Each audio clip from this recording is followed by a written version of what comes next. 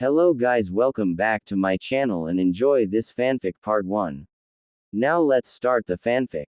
Kushina Uzumaki was sitting on her home sofa surrounded by 4 6-year-old girls, all rubbing her stomach. She was giggling at the conversation they were having. The girls' names were Anko, Hana, Kuranai, and Yugao. The girls looked up to Kushina. As a goddess of shinobi, Kushina trained the girls when she had free time, even with girls in different attributes, and she can proudly say that these four will become a force to be reckoned with.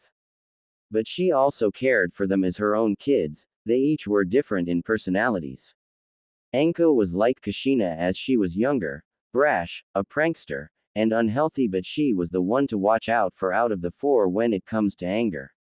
Hana had the biggest heart of the girls. She always treated everyone fair, but she would sometimes get into it with Anko since both of them had tomboyish personalities and Hana was on the wild side. Kuranai was the calm and smart one. She had an older sister personality of the girls.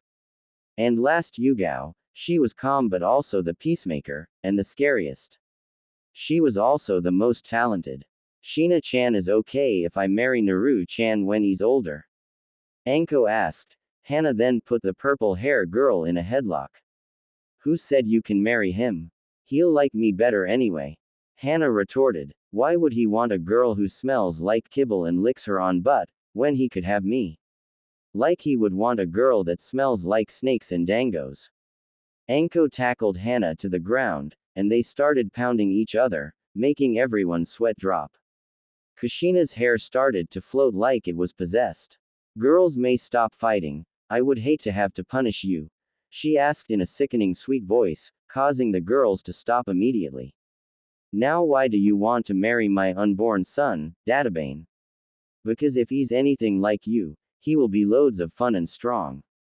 Anko said. And if he looks like Hokage-sama, he will be good looking. Hana added. I'm kinda hoping he has Minato's knowledge. Kuranai spoke up. I want to train with him in Kenjutsu. It'll be good to have someone to train with. Yugao finished. You two also. What about Asuma and Hayate? Kushina asked, making the girls scowl a bit. Asuma is too high horse about being the Sandame's son, and started picking up a smoking habit.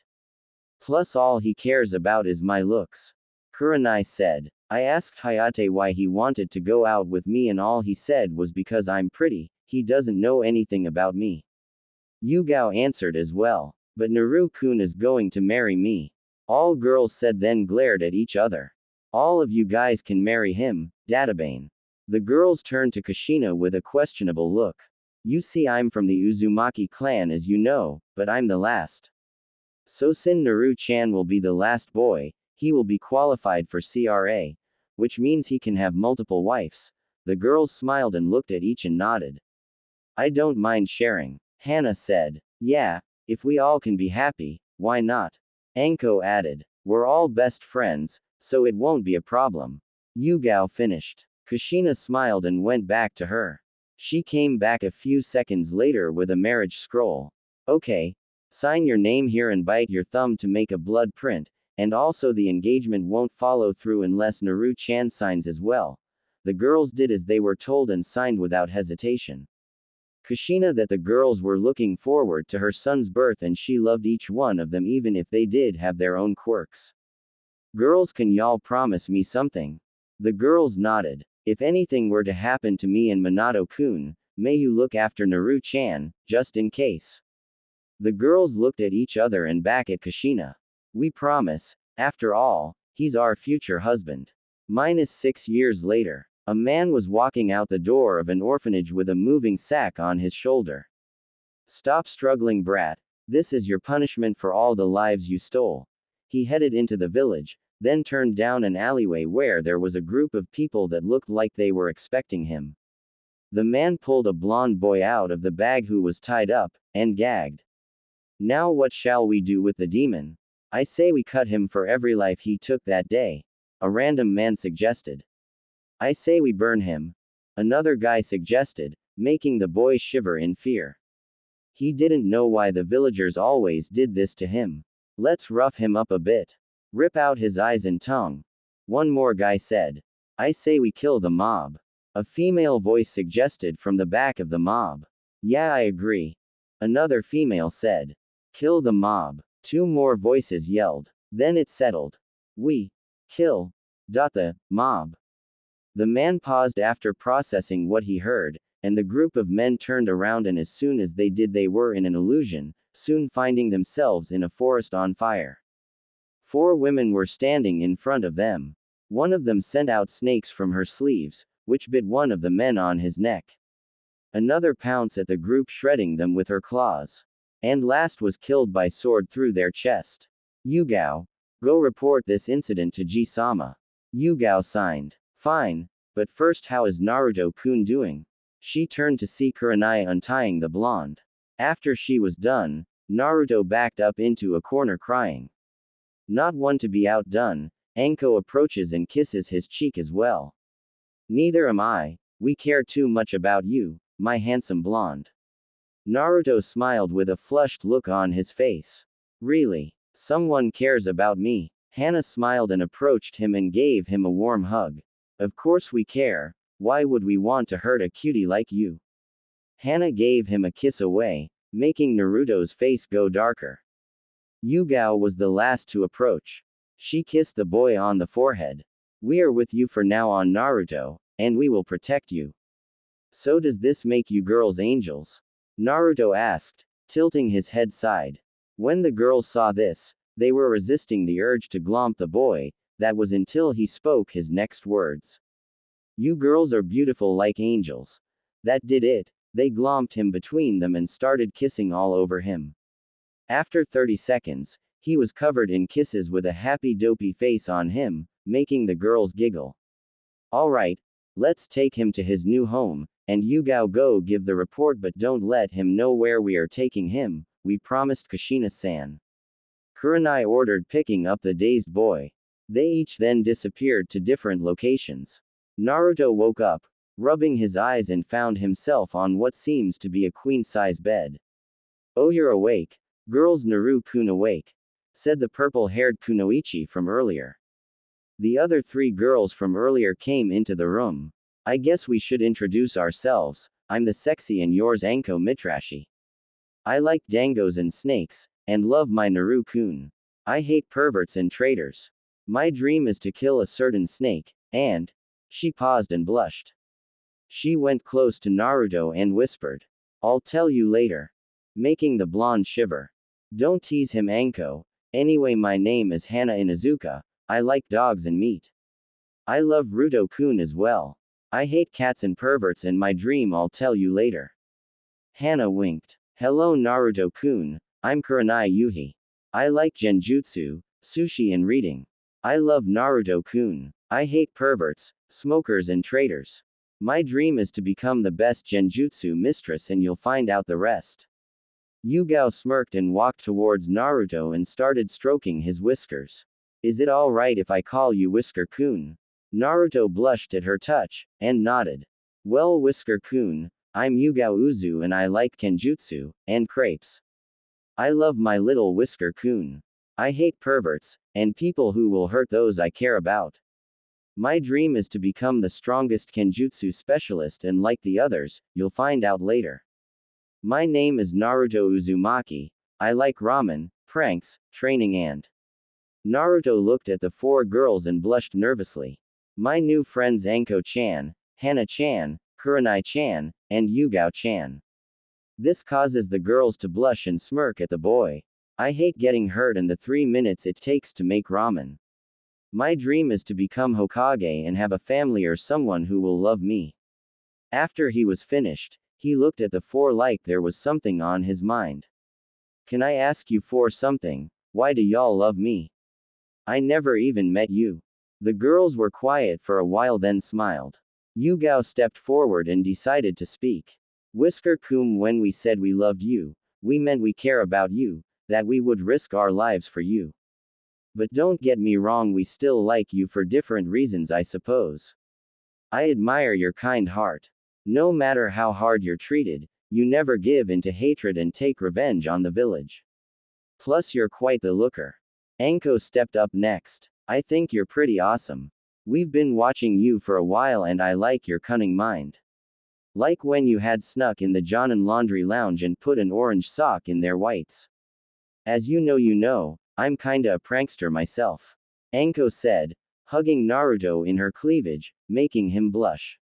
Hana pulled Naruto away from Anko and into her cleavage. I like how caring you are and not a pervert. Even though we threw ourselves towards you and the fact you're in my cleavage, you're still looking at my face. You also value life, like the time you were water and changing the soil of a dead flower in the garden my training ground 6. Or when you feed a stray dog you beloved ramen. And most stuff is made up, basically they were watching Naruto his whole life. I just did what most people would do. Naruto said to move back from Hana just to be pulled by Kurenai. I also like how you would protect anyone no matter how bad they treat you, like when you protected the pink-haired girl, I think her name was Sakura, from being picked regardless who she treated you to. You have some great traits for a shinobi, but even greater for a man. But enough of that, it's getting late and it's time to sleep. Naruto nodded. He scooted back on the bed, getting ready to sleep, then he saw the girl playing paper, scissor, rock. Excuse me, but what are you doing? The blonde asked. Trying to decide who gets to sleep next to you. Anko answered to focus on the game. Why are you sleeping next to me? I can sleep on the couch if it helps. Yugao woke up the next morning alone, which confused her. She looked around, searching for Naruto and Anko but couldn't find the two of them. She got out of bed and put on, still wearing her nightgown, she walked out the bedroom door and headed downstairs to the kitchen. She noticed Kurenai by the stove cooking some breakfast and Hana was at the table drooling from the smell of bacon. Good morning Kurena-chan, Hana-chan, where's Naruto-kun and Anko-chan? How should I know? You were the one sleeping with them. Kurenai responded. Well they weren't there when I woke up, Yugao said. Maybe Anko-chan is with him. Hana added. After those words left her mouth, the three paused for a moment, then out of nowhere, they started panicking. As much as they love Anko, her sadistic nature was too much. They then split up to search for the blonde and purple-haired friend. After searching, Hana heard water running in the bathroom. She called Kurenai and Yugao to her location. When they arrived, Kurenai knocked on the door. Anko-chan, are you in there? Yes, Nai-san, what's the matter? Anko asked in concern. We can't find Naruto-kun, have you seen him? Yugao asked. Last time I saw him he was in bed. Anko asked. Kurenai and Yugao accepted it and turned to walk away. But stopped to turn to Hana and noticed her eyes were closed, sniffing. Her eyes shot open and kicked down the door which confused the other two, so they followed in. When they arrived they saw Anko making grabbing gestures toward the scared blonde in the corner. Anko. Said girl turned to see three pissed off girls glaring at her radiating key with their eyes glowing red. She shivered in fear. Heh, found him. Anko said nervously. Few minutes later, Anko was surrounded by the other girls, Kurenai holding Naruto, while sitting on her knees holding a sign, I'm a bad naughty pervert, and I will never do it again. Anko looked down in shame. So, Anko looked at Yugao, who was glaring at her, repeatedly tapping her foot with her arms folded. What have you learned? What I did was a no-no and should have waited until he was older. Anko said in shame. She looked at Naruto. I'm sorry Naru-kun, I just wanted to do some bonding through skinship. Kurenai rubbed her temples with her free hand. It's fine to bond Anko-chan but don't force it and it takes time. What you did was perverted and Naruto-kun is too young for that. Naruto jumped out of Kurenai's arm and ran and gave Anko a hug. Okay Anko-chan, I thought you were going to attack me like the only grown-ups. Anko smiled and hugged the boy back but mentally, all four girls were seething at the treatment of their prince. They started to explain everything to him and get his training started. Namikaze compound. Naruto was shocked to say the least. He was just told that these four girls who just entered his life knew his mother. He was told that these girls were his mistresses who would serve him. But he was against it until they told them they were fine with it as long as Naruto kept a good heart. But the most surprising information was that he was a Jinchuriki. The girls reassured him that the fox was not evil according to his mother, but they had no clue what happened the night of the attack and what made her go on a rampage. Naruto was also surprised that Kyuubi was a girl. Naruto-kun, I want you to concentrate and try to communicate with her. She is vital to your training. You don't have to worry, I promise she will not hurt you. Naruto nodded and sat down, crossing his legs in a meditating position. He stayed like that until he felt a pull and saw a flow of red chakra. Naruto Mindscape. Naruto opened his eyes and looked around to find himself in a sewer. This was his mind. Was it so dark and creepy? Naruto stood there, pondered about it, starting to wonder if it was possible to turn it to some else like his new home or at least a flower field. As soon as it left his thought, the whole area started to flash and he was now on a grassy field. Ah, that's better. Thank you, Naruto-kun. Naruto turned his head to the source of the voice and saw a woman with long red hair, with fox ears and 9 tails, wearing a kimono. I'm glad to finally meet you, Naruto-kun. My name is Kurumi and I'm the Kyuubi no Kitsune. Why, you're the Kyuubi? You don't look like a fox. You look like a beautiful girl. Naruto exclaimed. Kurumi walked to the boy and gave him a hug, blushing from the completement. Well, I am the Kyuubi and I overheard the conversation outside. Naruto-kun, I want to say I'm sorry for what happened the night you were born. We were attacked and I was placed under a genjutsu that caused me to rampage. I'm not sure who it was, but I'm pretty sure you will encounter him in the future. But for now I need you to learn to justice so I can train you and the girls. Naruto nodded and proceeded to listen to the instruction. Namikaze House. The girls were eyeing Naruto patiently, waiting for something to happen. Yugao was sure that the blonde met the fox, and from what Kushina had told her about Kurumi, she was very friendly. Naruto slowly opened his eyes and gave the girls a look that said he accomplished his goal. She said to go to the downstairs bunker, and one of you should know where it is. Basement door. It's this way. Kurenai got up and led the group down the hallway and to a door. She turned to Naruto before proceeding. This is a training bunker your family used when they needed some privacy. But what's special about the bunker is that it's covered in seals that can affect the room environment, gravity, temperature, and more. It's even more dangerous than the one I heard Anbu uses. Naruto started to get nervous, but he wanted to be Hokage. So he had to be ready for anything. Kurenai opened the door and led the group downstairs to a huge room filled with different ninja tools and seals on the wall.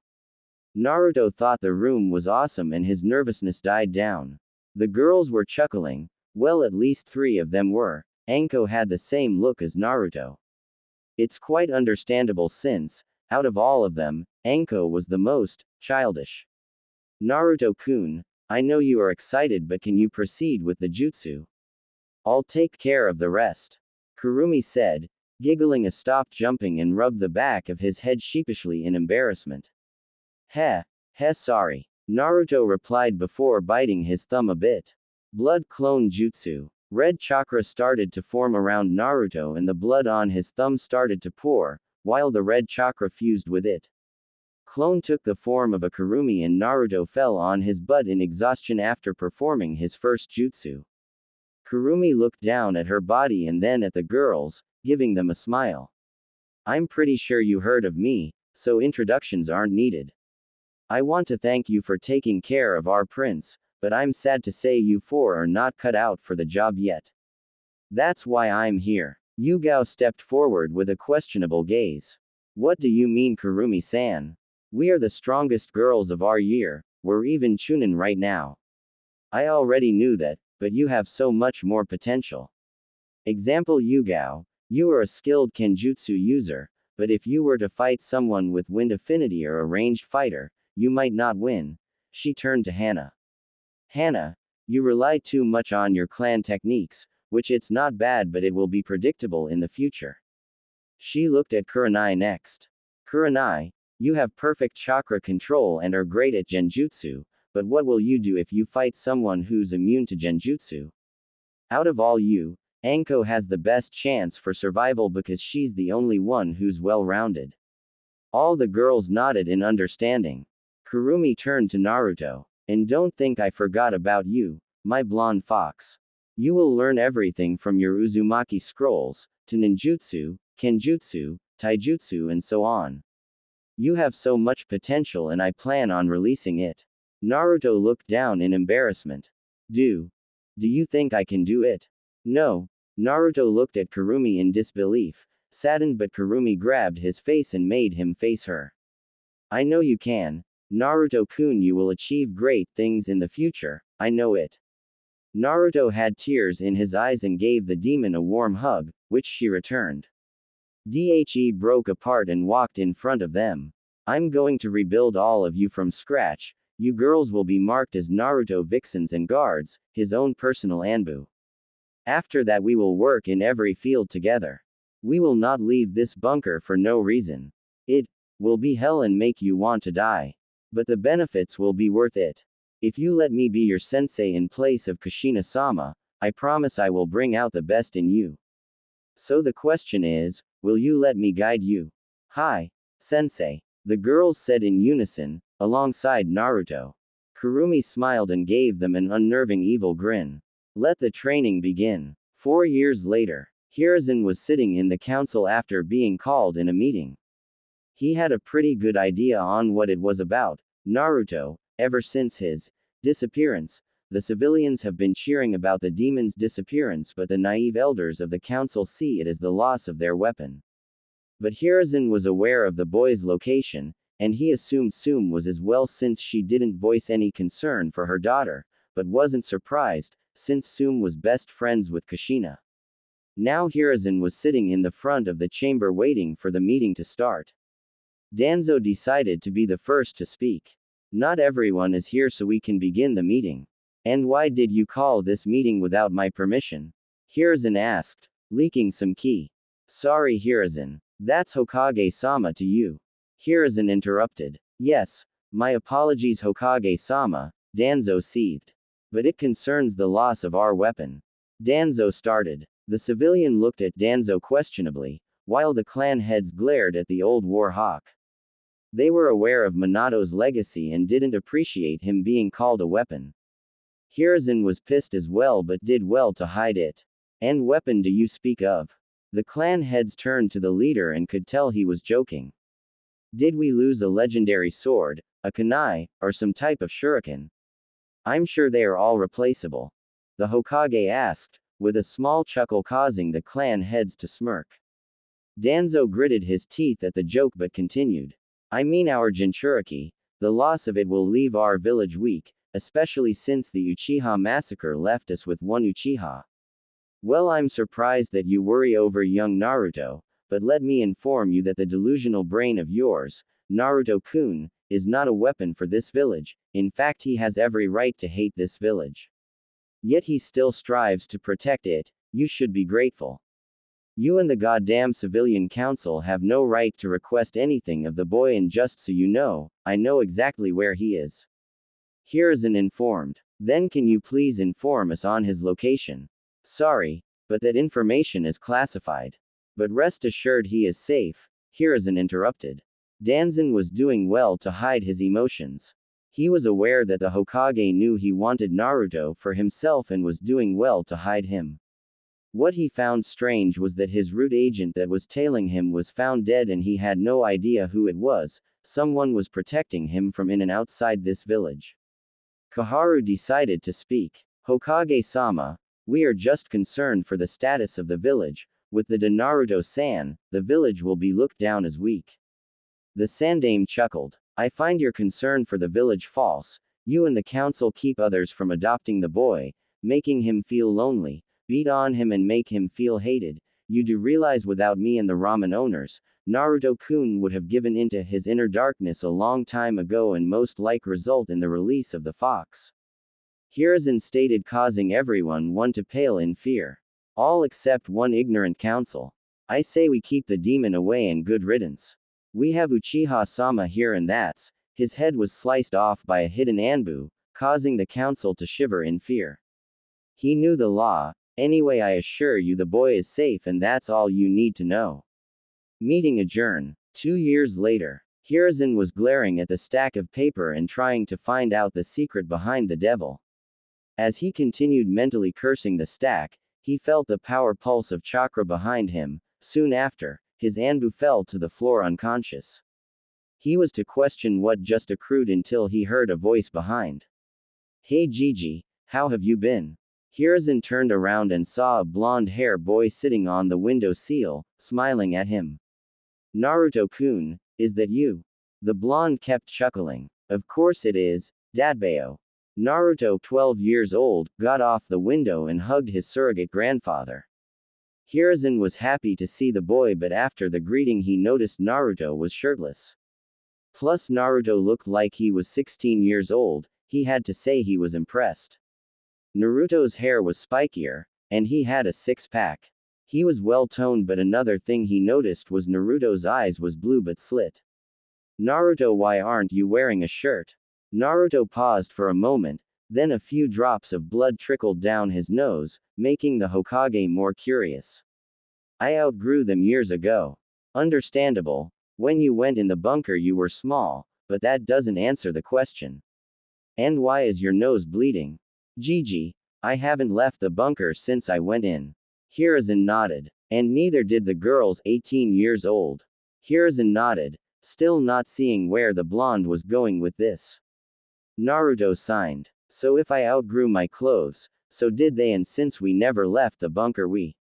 Naruto stopped to see if his Gigi got the message. Hiruzen had a blank stare for a while, until shot back because of a rocket nosebleed. Naruto knew this was the outcome. Anyway Gigi, I need you to give this to Sum-san, this is a list of clothes for the girls. They've been for years and it's getting hard not to make a move. Hiruzen got up and wiped his nose. That's fine, but what about you? The girls said they don't trust me to pick out my clothes, so they're taking me shopping later to play dress up. Naruto blushed a bit. Anyway, tell Sum she can come by my compound to drop the girls' clothes off. Naruto then jumped out the window, and as he did, Hiruzen noticed a fox tattoo on his shoulder with a 1 on the fox head. But he snapped out his thoughts when he heard girls squeal. He looked out the window to see girls chasing the blonde, almost like they forgot he was the so-called demon. Namikaze compound. After being chased by a horde of girls and losing them, Naruto arrived home. When he walked in, the first thing he noticed was a Yugao An, all girls are but no, maybe Small Lime, sitting at the kitchen table reading his new book, The Demon Princess Volume 1. Naruto couldn't get enough of this sight no matter how many times he gazed at any of the girls. After the training, Yugao had a toned body which fit her. Naruto was the same size as her because of Kurumi turning him and his spoils to quarter Hanyu. What amazed him the most was that she had double Ds, which was a great benefit for him and it put her in the lead in size. But the biggest change to Yugao was that she had red streaks in her hair. Hey Yugao Haim, I'm back. Said girl looked up and smiled. Welcome back Naruto-sama. Yugao got up and approached Naruto and wrapped her arms around his neck. Yugao Haim, we are equals. You don't have to call me that. Naruto signed, making the girl giggle. She removed one of her arms and traced her fingers under his chin to her lips. I know, but I'm the submissive type. She leaned in and gave him a deep kiss on his lips, which was returned as Naruto wrapped his arm around her waist. It went on for a minute and they broke apart and Yugao went back to the table and began to read her book. I'm surprised you're reading that again. Naruto said, wrapping his arms around her from behind. It's a good book, which brings me to ask. When are you going to start volume 2? Yugao asked, leaning back, loving Naruto's warmth. I have to publish this first and after that, I'll start it. Naruto leaned and whispered, I'll let you have the first copy, our little secret. Yugao smirked, with a huge blush on her face when she felt Naruto's breath. So where's the others? Kurenai-chan is in the library looking through scrolls, while Anko-chan and Hana-chan are taking a nap. Naruto nodded, giving Yugao a kiss on the cheek before proceeding to the library. When he arrived, Kurenai was deep into the scroll sitting on the desk, with her legs crossed. Naruto had to admit, Kurenai had a mature sexy aura. She was slimmer than Yugao but gorgeous all the same. Unlike Yugao hair, Kurenai bottom quarter was red, and her size was D cups. Naruto smirked then knocked on the wall. Kurenai looked up from the scroll and smiled when she noticed her favorite blonde. I got to say Kurenai Haim, you can really pull off the mature beauty look. Why thank you Naruto-kun, and I got to say you look good yourself. Naruto approached the chair by the desk and sat down, pulling Kurenai on his lap. Kurenai chuckled and put her hand on his chest and gave him a welcome kiss. Did you do what we ask? Yeah. Soom should be here soon. Whatcha reading on? I was wondering if there was a way to use genjutsu through elemental manipulation. And use it through a medium beside my senses. Kurenai said reading the scroll. Have you tried using fuinjutsu, like a seal that connects your chakra to it, like a transceiver? Naruto suggested. Kurenai eyes widen. Just like the Hiraishin mark, but I don't know. She paused and smirked at Naruto, using her arms to lift her, she gave Naruto a pleading look. May you please teach me fuinjutsu, Naruto Sensai? She asked, poking out her lip. Naruto blushed a bit and cleared his throat. You don't have to do that Kurenai Haim, I'll do anything to help you. Kurenai smiled and leaned up to kiss the blonde. I know, I just love it when your beautiful eyes gaze as my beautiful body. Kurenai responded, with a wink. It's hard to avoid. Naruto chuckled before removing the raven-haired kunoichi from his, much to her dismay. I'm about to go wake Anko-chan and Hana-chan.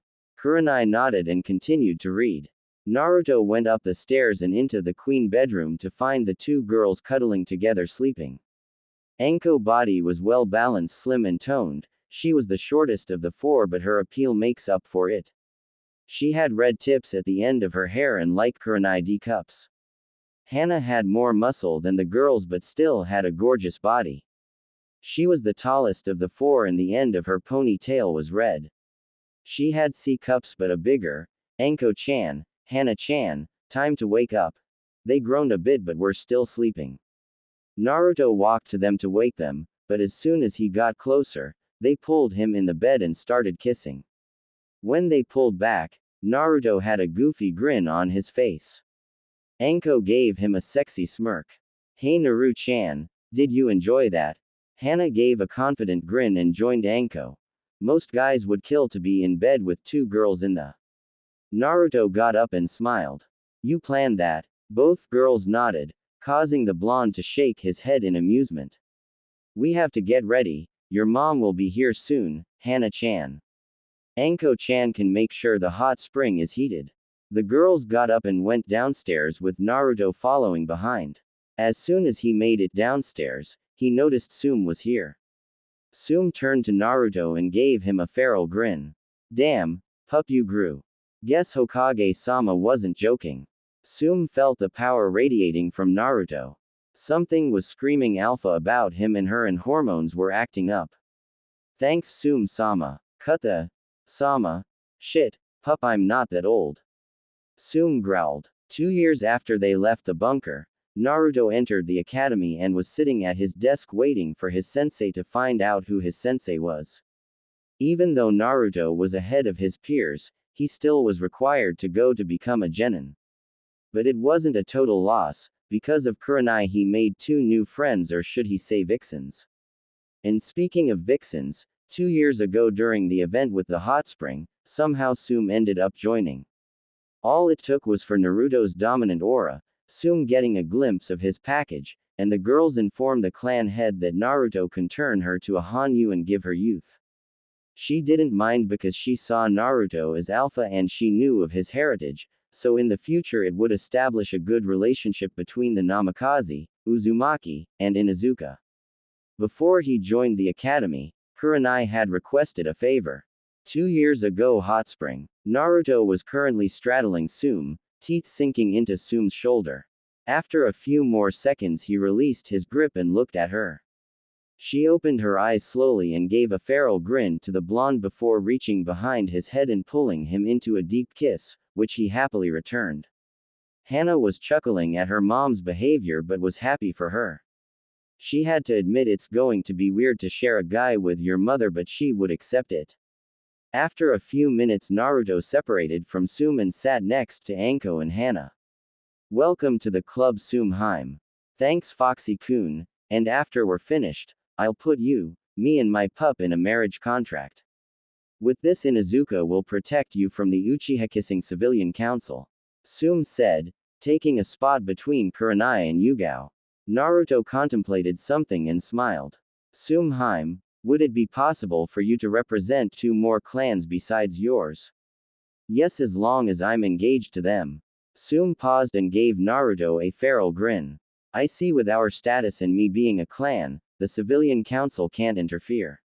So Foxy-kun wants me to represent the Uzumaki and Namikaze clan. With this, we're close to evening out the odds.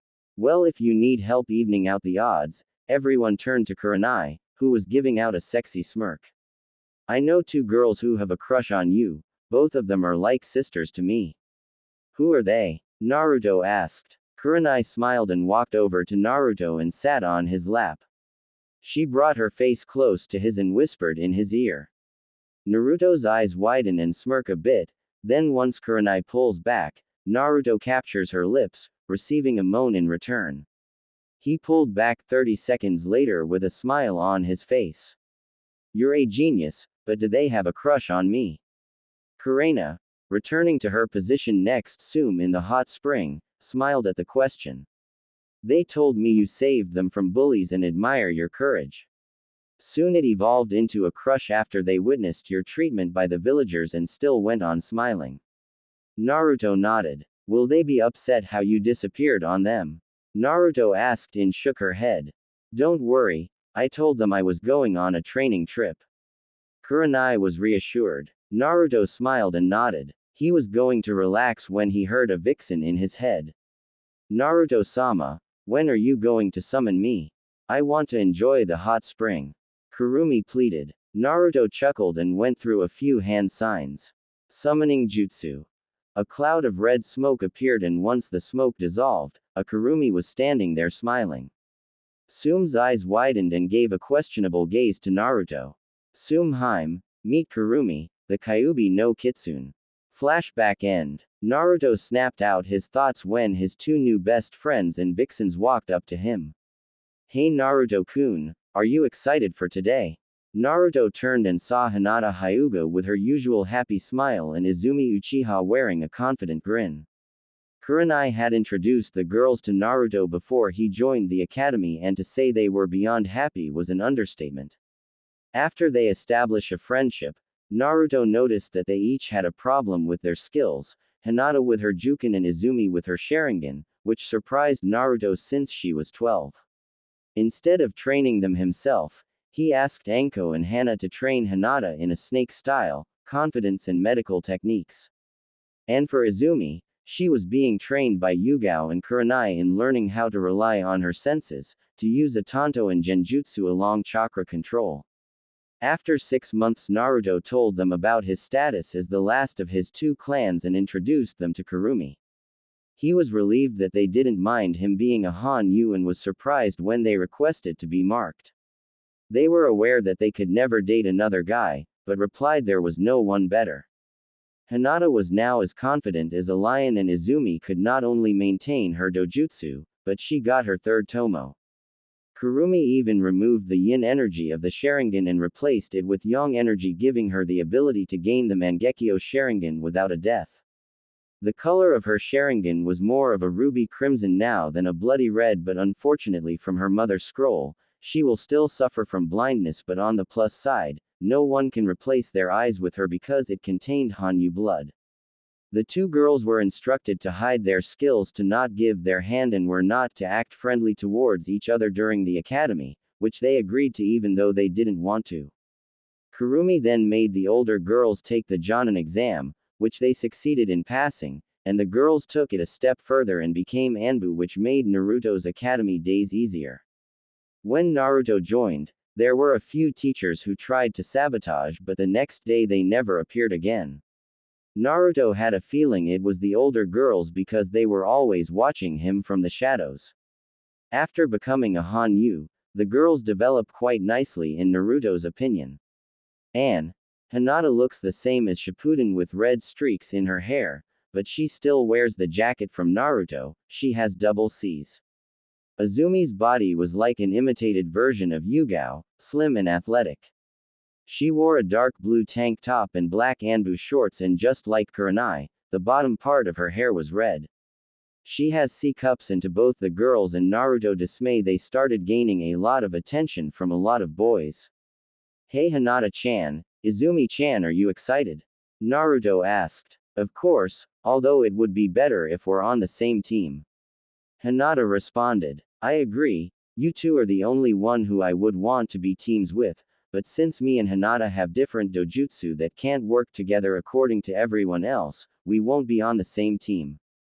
Izumi informed the two. Well, I do know that Hinata-chan is going to be on the Kurenai Harem team.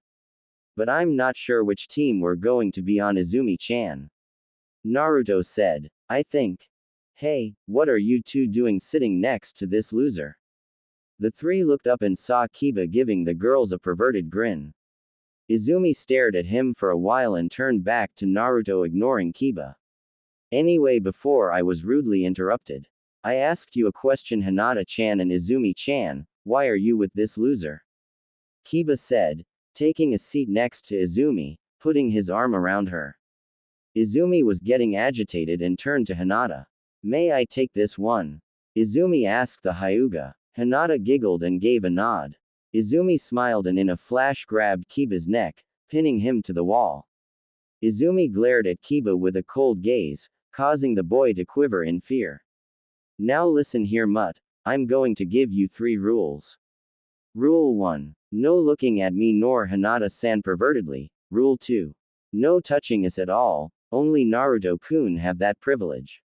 And finally, Rule 3. Never insult Naruto-kun in front of us, or do I have to bring your Hana-san and Sum-san into this? Kiba's face went pale at the thought of his sister and mom punishing him. They strictly told him not to insult Naruto and show him respect. He ignored, thinking he was the alpha and they were delusional. But now he was having second thoughts. Fine, but we're not done. Kiba plopped on the floor and went to his own seat as Izumi returned to her spot next to Naruto, enjoying each other's company as the rest of the class walked in. As Naruto was Hinata, he felt irritation through his mark, and it was coming from Izumi. He turned to see her glaring to the front of the class. He followed her gaze towards Sasuke Uchiha. Naruto understood. Izumi was half Uchiha and was kicked out by Sasuke's father. She resented the Uchiha because they care about power more than family. In her words, they were selfish, arrogant, and spoiled high horses. Naruto gently squeezed her hand, grabbing her attention. He closed the gap and gave her a quick peck on the lips, making her blush. Don't worry about him, you're part of our family now. Izumi smiled and nodded. Hinata smiled at the interaction and joined in. If you want Izumi-san, I can call you Oni-san, the Hyuga offered. Sure, who wouldn't want a cute little sister like you? Izumi answered. Oni-san it is. Hinata giggled and Naruto was smiling towards the interaction. But their moment was ruined when they heard 2 female voices coming from the hallway. I'm first. 2 girls by the name of Ino Yamanaka and Sakura Haruno, 2 of Sasuke's fangirls.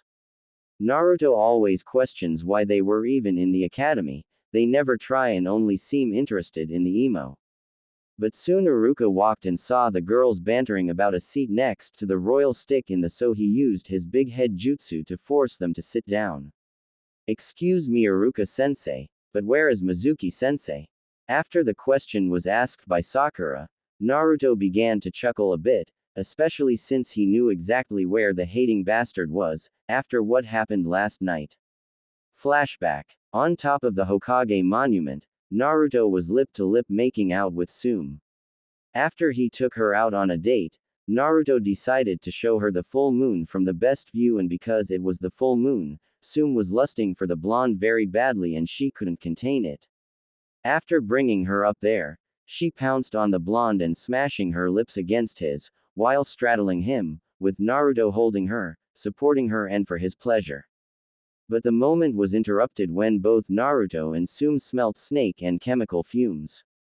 They both turned their heads to see a short Naruto, wearing an orange jumpsuit, jumping out the Hokage window with a scroll on his back. Tsume and Naruto turned to each other and grinned in amusement. Naruto-kun, why didn't you tell me you were planning on stealing the forbidden scroll? Naruto adopted a thinking pose before answering. I didn't know I had a plan, but I gotta say, the orange jumpsuit looks nice, maybe I should get a pair. You better not, the color is fine but the jumpsuit is terrible. If you do, you will not be allowed to go shopping by yourself. Tsume threatened playfully. Naruto chuckled and got up. Alright, but can you inform Gigi about this? I'll handle Mizuki-tem. Tsume nodded and shushin Wei, Neko-chan. Yugao appeared out of nowhere. How may I be of service to Naruto-sama? Naruto chuckled at Yugao's submissive attitude, and if he was free he would probably pounce on her. Yugao, feeling his lust through the mark, smirked with a blush on her face but wasn't noticed because of the mask. Naruto-sama, I'm happy that you would make a move but maybe another time. Naruto snapped out of it and chuckled nervously. Sorry but later tonight meet me in my room. Yugao blushed and nodded in excitement. Right now, I want you to come with me to subdue Mizuki. I'll fight him but I want you to deliver him to our hubby Harem. Yugao nodded and they both started leaping after the fake Naruto. If you don't mind me asking, why not just kill Mizuki? Yugao asked. As much as I would love to put him out of his misery, I'm pretty sure he is working with Orochi-tem, and when Anko-chan finds out, I believe Mizuki will suffer a fate worse than death. They both shudder at the thought of Anko torturing sessions. At least she would be happy to torture someone who had it out for you. Who knows, she might give you a reward for the capture. Yugao commented as they proceeded through the forest. With Mizuki and Iruka. Naruto, why are you doing this? Don't you want to be Hokage? Iruka asked, looking from the ground at Naruto, standing on the branch. Haha, you are a fool Iruka, I'm not Naruto, I'm the Ninetales and I need more power to destroy this pathetic village. Naruto answered, laughing menacingly. Iruka narrowed his eyes. Something not right here. Iruka thought. Who are you? There's no way you are not Naruto. I know Naruto, he's a hard worker and would never stoop so low into stealing and cheating out hard work, Iruka said. At least someone knows me. Nice jumpsuit by the way. Both Iruka and Naruto turned to see another Naruto standing on a branch on the side. Iruka's eyes widened while Naruto was seething. Mizuki-tem, can you drop the act and next time you do a transformation, get my height right, I'm not that short anymore. Naruto gritted his teeth before a puff of smoke surrounded him, revealing the silver-hair Chunin. I don't know why you are here but this is great. Now I can kill you and Iruka and blame his death on you. I'll be seen as a hero and they will let me have the scroll. Except for the fact that the Hokage loves me, you can't open the scroll because of the blood seal, and there's no way you're walking out of here alive. Naruto challenged. You're a fool if you think you can beat me, a Chunin. Mizuki taunted and began to smirk evilly. Hey Naruto, do you know why the village hates you? Iruka got worried, while Naruto ed an eyebrow. No Mizuki, it's forbidden. Iruka tried to warn. It's because the Kyuubi was sealed inside of you, you are the Kyuubi. Mizuki laughed expecting a shocked gasp from the blonde, but when he looked at Naruto, he just had a blank face. I'm the Kyuubi? Naruto asked. Then he pulled down his pants and bent down in front of Mizuki showing his, I don't see 9 tails, do you? Mizuki was seething. No you insolent brat, the fox took over your body. The Chunin yelled. Really? Naruto asked, pulling his pants back up. If I was the fox, why would I eat ramen and play a few pranks, when I could have killed everyone? Naruto asked, tilting his head. Because you're just a brat, you're weak. Mizuki answered smugly. But you said I was the fox. Naruto responded, His eyes flashing red while looking at Mizuki's eyes without the Chunin knowing, Naruto linked Mizuki's mind with his before continuing. And if I'm the fox, what's that behind you? Mizuki narrowed his eyes and turned around and his face turned white as he sank to his knees, looking up at a giant fox staring down at him. So the Tem who's been messing with Naruto-sama. Naruto's sweat dropped at the suffix. Mizuki just sat there in fear, not knowing what to say. So, any last word before you die? Mizuki just stayed quiet for a brief moment before speaking. How are there's two Kyuubi? The scarred Chunin asked. Naruto and Kurumi just stared at him thinking the same thing. How can someone be so ignorant and stupid, and be a Chunin? Naruto snapped his fingers and everything turned back to normal. Mizuki was cuddling against a tree, while Iruka approached the blonde. What happened to him? Iruka asked. I placed him under a genjutsu, Naruto lied.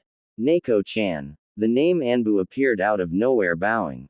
Hi, Uzumaki-sama, Yugao said, playing the role to up Naruto's status and considering how impressed Iruka was, she has to say it was working.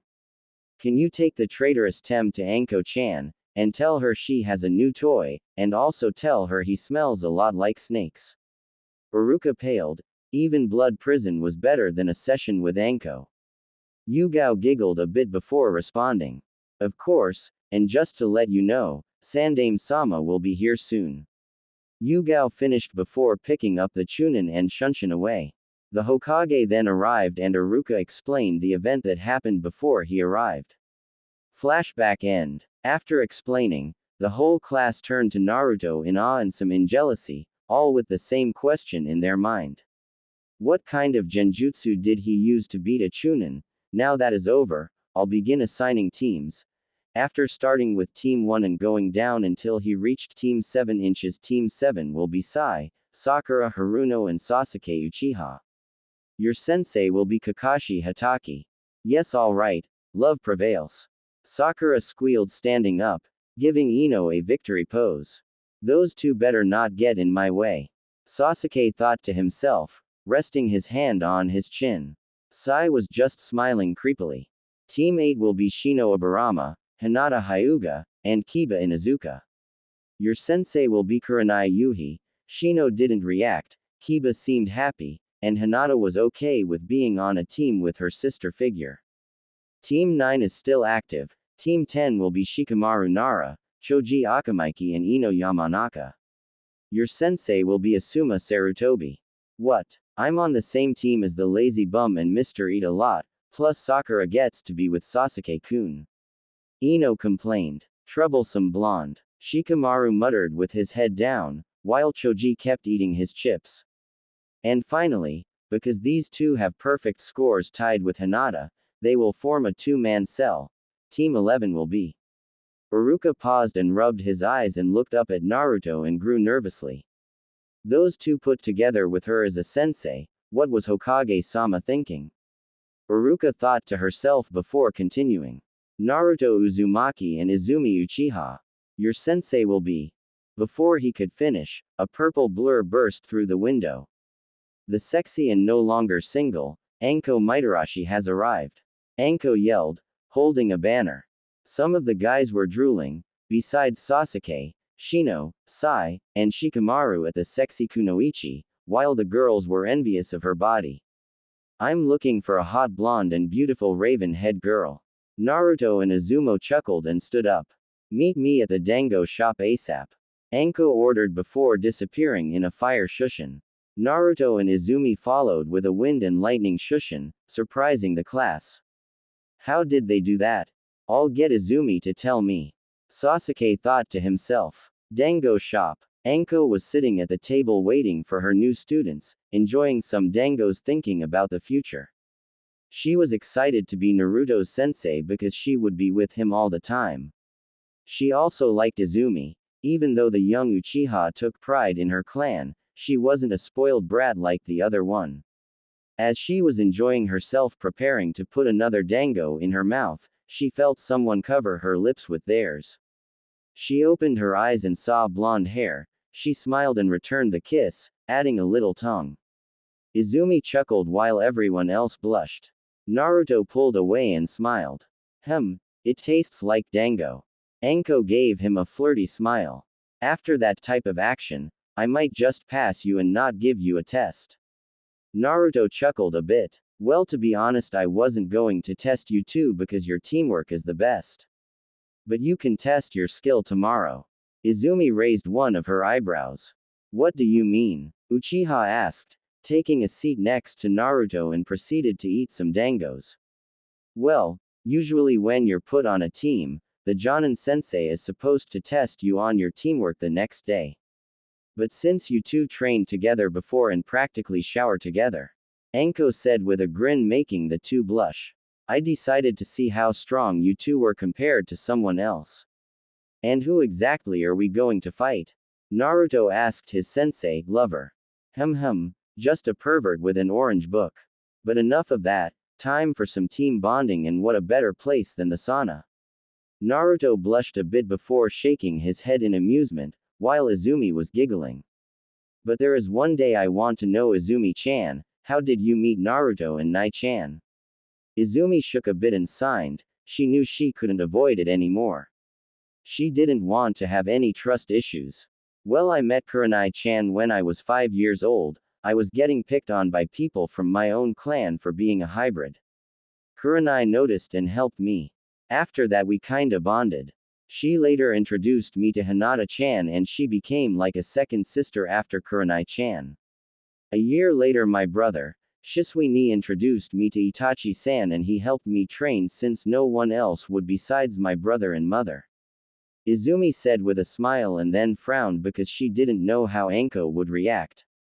As she was getting nervous, she felt something grab her hand. She looked over to Naruto, who was giving her a warm smile that washed away her nervousness. She turned back to Anko and breathed a bit. 2 years later, as you know, the Uchiha clan was killed by Itachi-san. I didn't care about the clan, but he killed my brother. Izumi started to tear up. Imagine that guy you looked up to, betraying you. Anko slowly reached up to her neck where her mark used to be. I don't have. As you know, I used to be an Orochimaru apprentice, but he ended up betraying us and the villagers took it out on me. That's why the next time I see him, I will put his head on a platter. It was a good thing Kurenai-chan, Han-chan and Yugao-chan still were willing to be my friend. Plus I also have to thank a certain blonde-haired Gaki for removing that pain in the seal. Anko finished as she winked towards Naruto.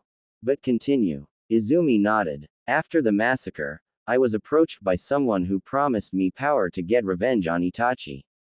I was in a depressed state, that I accepted the offer without hesitation. Izumi said, if I recall, when we left the chamber, Nai-chan went to look for you and Hinata-chan, but she said you were acting weird, almost like an emotionless. Anko paused, then narrowed her eyes. Izu-chan, did he approach you? Anko asked in a serious tone. Izumi nodded. Yeah, Danzo-san made me a route and my first mission was to gather intel on Naruto-kun, the Uchiha explained with regret. Flashback 2 years ago, Naruto was walking from Ichiraku's after visiting his favorite ramen, heading home with a happy stomach until he felt a presence behind. Someone is following me. It feels like a chunin. I don't feel any hate nor anger from this person. Naruto thought to himself as he led his stalker towards empty training. When arrived at training ground 44 in front of the gate, he stopped moving with his hands in his pocket. You can come out now. After a few minutes, a female figure jumped in front. How did you know? I can sense chakra. Why are you following me? Naruto asked, narrowing his eyes. He can see black chakra coming out of her mouth. I guess it's time to help Izumi for Kurenai-chan. From what I can tell, the black chakra is leading towards some type of seal in her mouth. But who? Naruto stops his thoughts and smiles. I was following you because I'm interested in you. Izumi answered with a small smile. Well, I would believe you if you didn't look dead inside your eyes. Plus I thought it was against Danzo's belief for his tools to have emotions. Izumi's eyes widened as she leapt back, but as she did, Naruto vanished from sight and appeared behind her. Sorry about this, but Kurenai is worried about you, so have a good night's sleep, he said before knocking her out. Namikaze resident. Izumi woke up tied to a chair. She tried to move and produce some chakra but couldn't. Don't bother. Izumi looked up and saw Naruto looking at her. Sorry, but I sealed your chakra and removed the slave seal from your tongue. Why didn't you kill me? Because it would upset Kurenai-chan and Hinata-chan for one, and two, I remember protecting you from some bullies when we were 4 and you seemed like a nice person. But why the change? Kurenai-chan said you wanted to be friends with me and become closer to me, but when I look at you, all I see is emptiness. Like she cares. She abandoned me when the clan was massacred, and what's worse is my idol was the one who killed everyone, including my brother. No one cares. You wrong, Kurenai-chan, Hinata-chan, and I care about you. Do you think working for that cowardly war hawk is the way to go? He just uses you to get to me, and once he has me, you will be nothing but fodder. Naruto explained. Izumi sneered at the comment, but it didn't bother the blonde. What do you know? He promised me power, and all I have to give him is your eternal loyalty. Izumi paused and nodded. Did he tell you that route is supposed to be disbanded? Do you know what that means for you? He can't risk the Hokage finding out, so if he feels like you would be exposed, that seal on your tongue will kill, not that he would keep you around. If he trusted you, he wouldn't have put a slave seal on you. Izumi was angry, but not at the blonde, but because he was right. All she cared about was her revenge. So what? I have nothing else to live for but my revenge. Should I just give up? Naruto closed his eyes and walked in front of her. He then bent down to her level and opened his eyes. Izumi calmed down when she met his gaze. She felt warm and he looked like he cared for her, but why? If you have nothing to live for, then I'll be your light. Izumi's eyes widened as she felt her body tremble. I'm not saying give up on revenge, just don't let it consume you. If you need a light to guide you through your hatred, I will be that light. I'll help you get stronger and I'll help you with your revenge. Izumi was crying. She didn't feel this type of care since her brother. Can she do it? Can she trust this blonde? He protected her once before. How do I know I can trust you? Naruto gave her his foxy grin, which made her blush. Because I'm going to become Hokage, and the Hokage protects all his precious people. I'm one of your precious people. You're precious to Kurenai-chan, and that means you're precious to me. I will never abandon you like Itachi. Naruto said as he cut the restraint. When Izumi was free, she leapt into Naruto's arm, embracing him in a hug. I'm sorry. Can you tell Kurenai I'm sorry? Naruto wrapped her arms around Izumi and smiled. You can tell her yourself when she returns. If you ever need anything, don't be afraid to ask. Naruto offered. Izumi looked up at Naruto with a real smile and nodded. Flashback end. After that, Naruto took me and Hinata-chan to the bunker with Kurumi-sensei, and the rest is history. Izumi finished, wrapping her arms around Naruto's, laying her head on his shoulder. Wow, to think that Warhawk would stoop so low. But it's to be expected. Anyway, let's go home and get some rest for your tomorrow fight with the Cyclops. But while we wait, we can do some skinship exercises. Anko said with a perverted smile. After finishing their dangos, the group head back to the Uzumaki complex to relax a bit. When they arrived, they noticed they were the only one home. So Naruto went to his room and got out his clothes and put a towel over his waist and headed off to the bathhouse. After putting his clothes in the locker room, he headed outside. There you are, we've been waiting. Naruto turned to the voice and saw a very Anko and Izumi wearing a towel sitting in the water. It's time for some team training. Lime scene warning. Naruto chuckled and stepped into the water. Anko looked at Izumi and smiled. Izu-chan, as your sensei, I have to test your teamwork with your teammate, so I want you to deepen your bond with Foxy-kun. Izumi gave a flirtatious smile and approached the blonde and straddled his lap and wrapped her arms around his neck. Then she pressed her forehead against his and smiled. Ready, Naruto-kun? She asked, licking her lips. Naruto smiled and gave her a nod. She captured his lips with her as the blonde wrapped his muscular arms around her waist, pulling her closer. Izumi was licking his lips asking for permission, which obliged as Naruto accepted her into his mouth. Izumi started to moan as she felt her core start to heat up. She separated herself from him, her face red as tomatoes. Please Naruto-kun, touch me more. Naruto smiled and removed his hands from her waist and started to fondle her, causing her to squeal a bit. Don't. Stop. Izumi moaned, bucking her hips back and forth against his crotch. Naruto began to release some moans, he then felt a pair of hands grab his face and turned his head. Anko licked her lips at Naruto's lust-filled eyes and gave him a seductive smile. It's time for you to bond with Sensei, Foxy-kun. Anko teased before capturing his lips, forcing her tongue down his throat causing both of them to moan in each other's mouths. Anko then took one of hands and put it between her legs. Naruto caught on and started to rub her womanhood, causing Anko to rotate her hips. Izumi started to move fast, biting her lip, she felt herself build up a little more.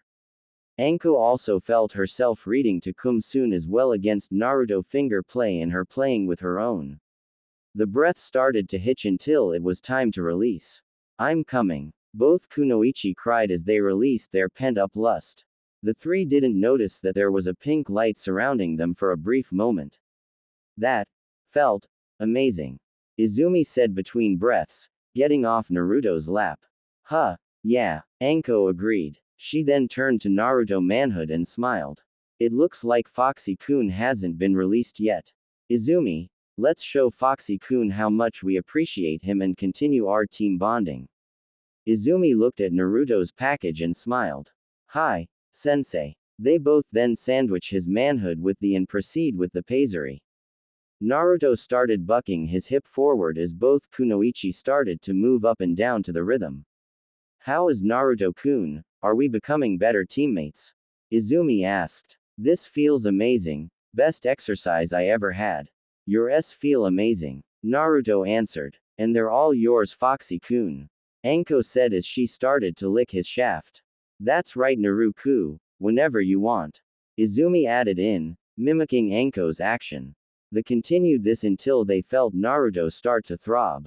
Girls, I'm about to. Naruto said as the kunoichi sped up their action. They were soon surrounded by pink aura again as Naruto threw his head back. I'm coming. Naruto released his come on there and out of breath. Anko and Izumi licked up the sperm and smiled as the pink aura went into their body. Good job you two. No one has better chemistry than you two. Anko said. Naruto nodded his head in agreement and sat in the water with the girls on each side. Lime scene over. Well, that was a interesting show. The group turned in front of them and saw Kurumi on the other side of the sauna, drinking some sake. Now that the show is over, I'm sure you three haven't noticed the pinkish aura around you after your fun. Naruto chuckled nervously. Sorry, I missed it. Kurumi smiled. It's understandable, after all you're surrounded by three beautiful women.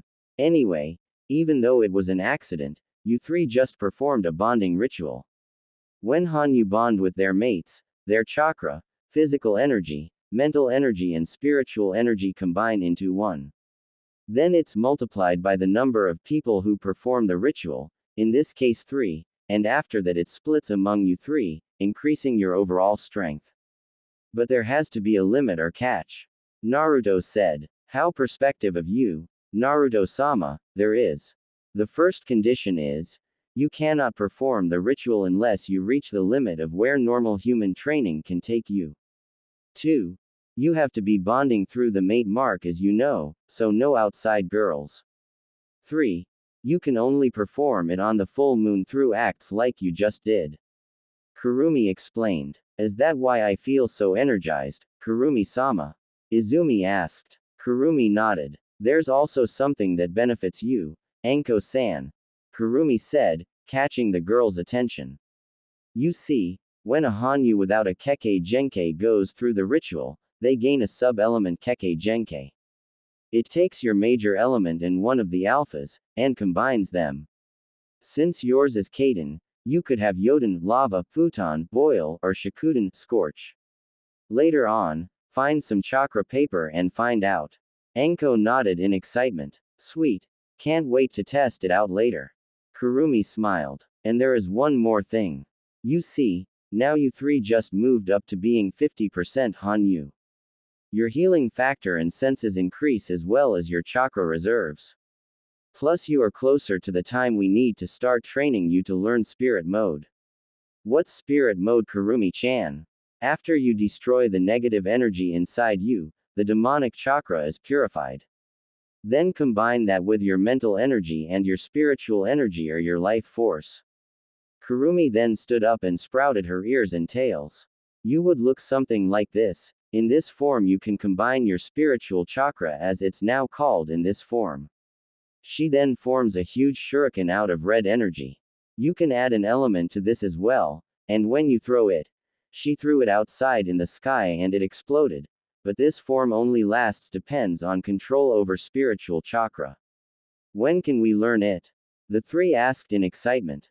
Yeah, that looks pretty cool, Kurumi-sama.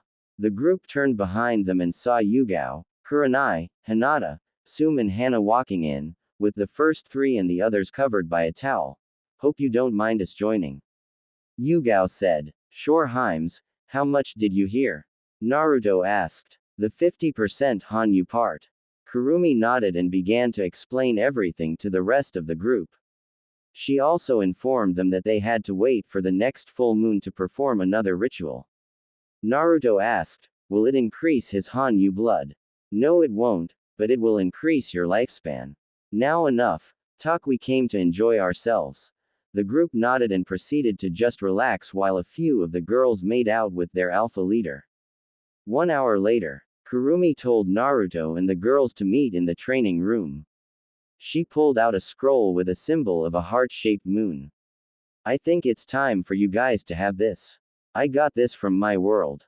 She opened the scroll and there was a symbol of a lock. I want you guys to bite your thumb and perform the summoning jutsu. When the jutsu is done you will have a new summon, but be warned, it will be one of 4 animals and it will get rid of any contracts you have. Kurumi informed, looking at Anko. That's fine, I really hate Manda anyway. Anko replied. Good. Also, after you perform the jutsu on the scroll, you will each have a chain appear on your arm. It will be a new weapon only you and your mates can hold. Kurumi said. What's the weapon call? Yugao asked in excitement. Kurumi smirked. It's called the Keyblade. So today is the day. I can't wait until Anko gives us the result. What do you think they'll do? Yugao asked. She was with her friends Hana, Kurenai and Hinata at the local dango place. They were discussing the possible results of Team Anko. They had a goal involving Kakashi. I'm pretty sure they'll do fine. Oh shit, he's here.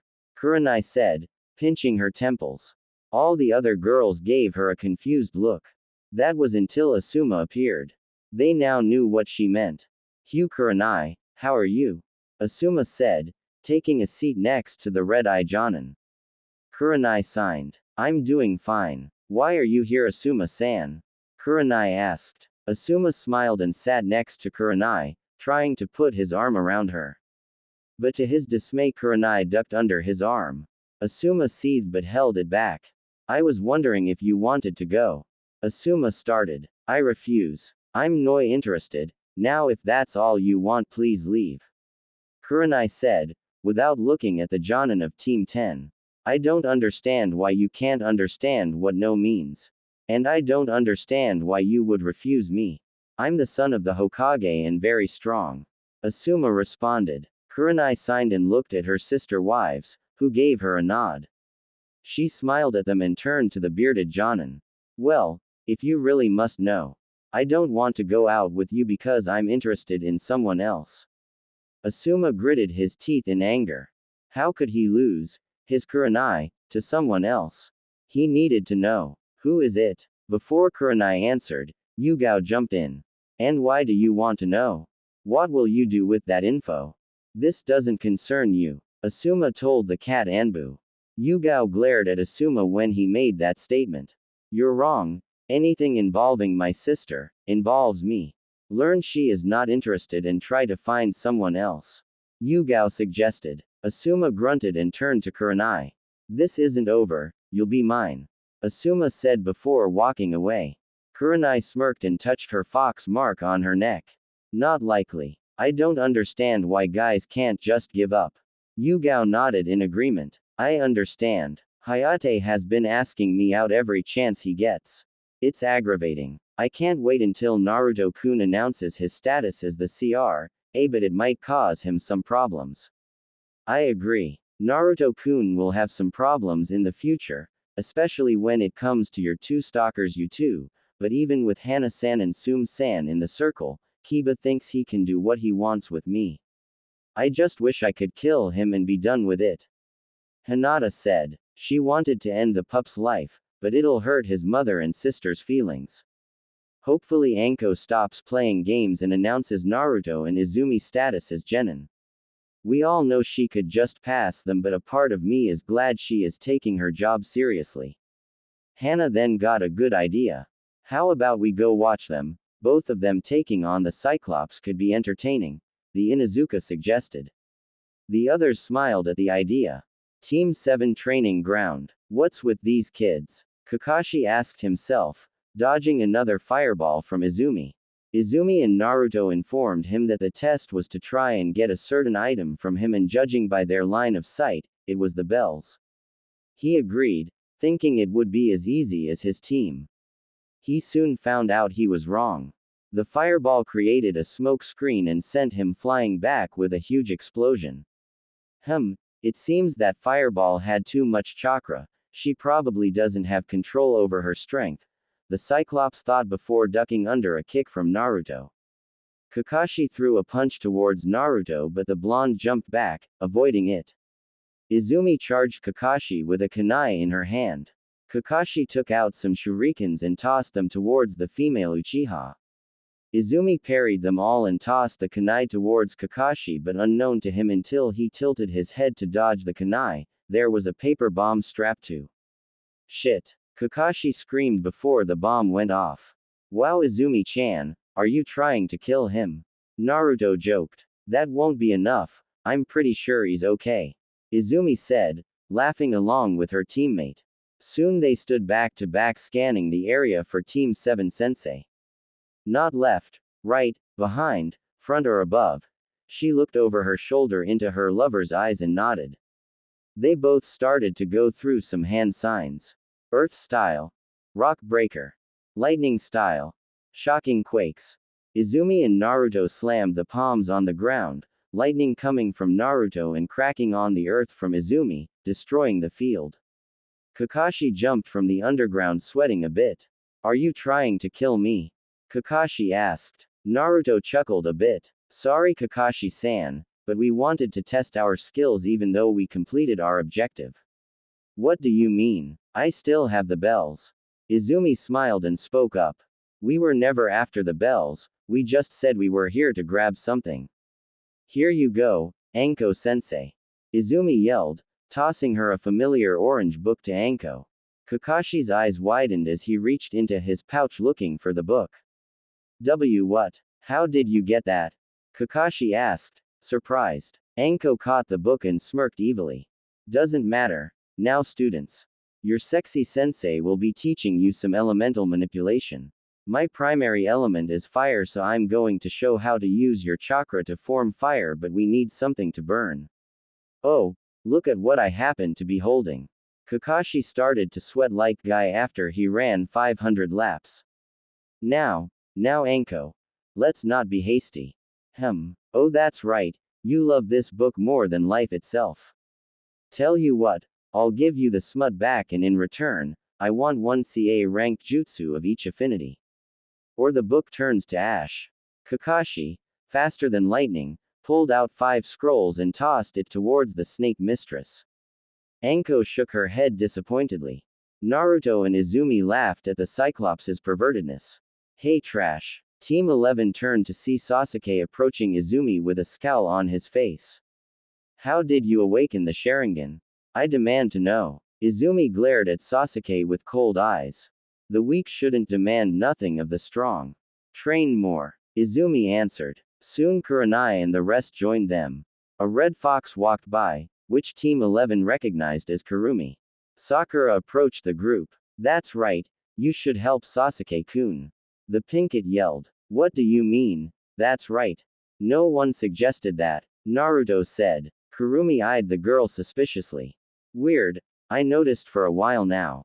She always seems to be talking to someone, but she's not a Jinchuriki like Naruto-sama. Maybe I can use this. Kurumi in her fox form, walked to the Pinkett and nuzzled on Sakura's leg, causing the girl to turn to the fox. Wow, so cute. Sakura picked up the fox and hugged it. Naruto looked at Kurumi confusingly, but was shocked when Kurumi bit Sakura on the shoulder, pouring some of her chakra into her.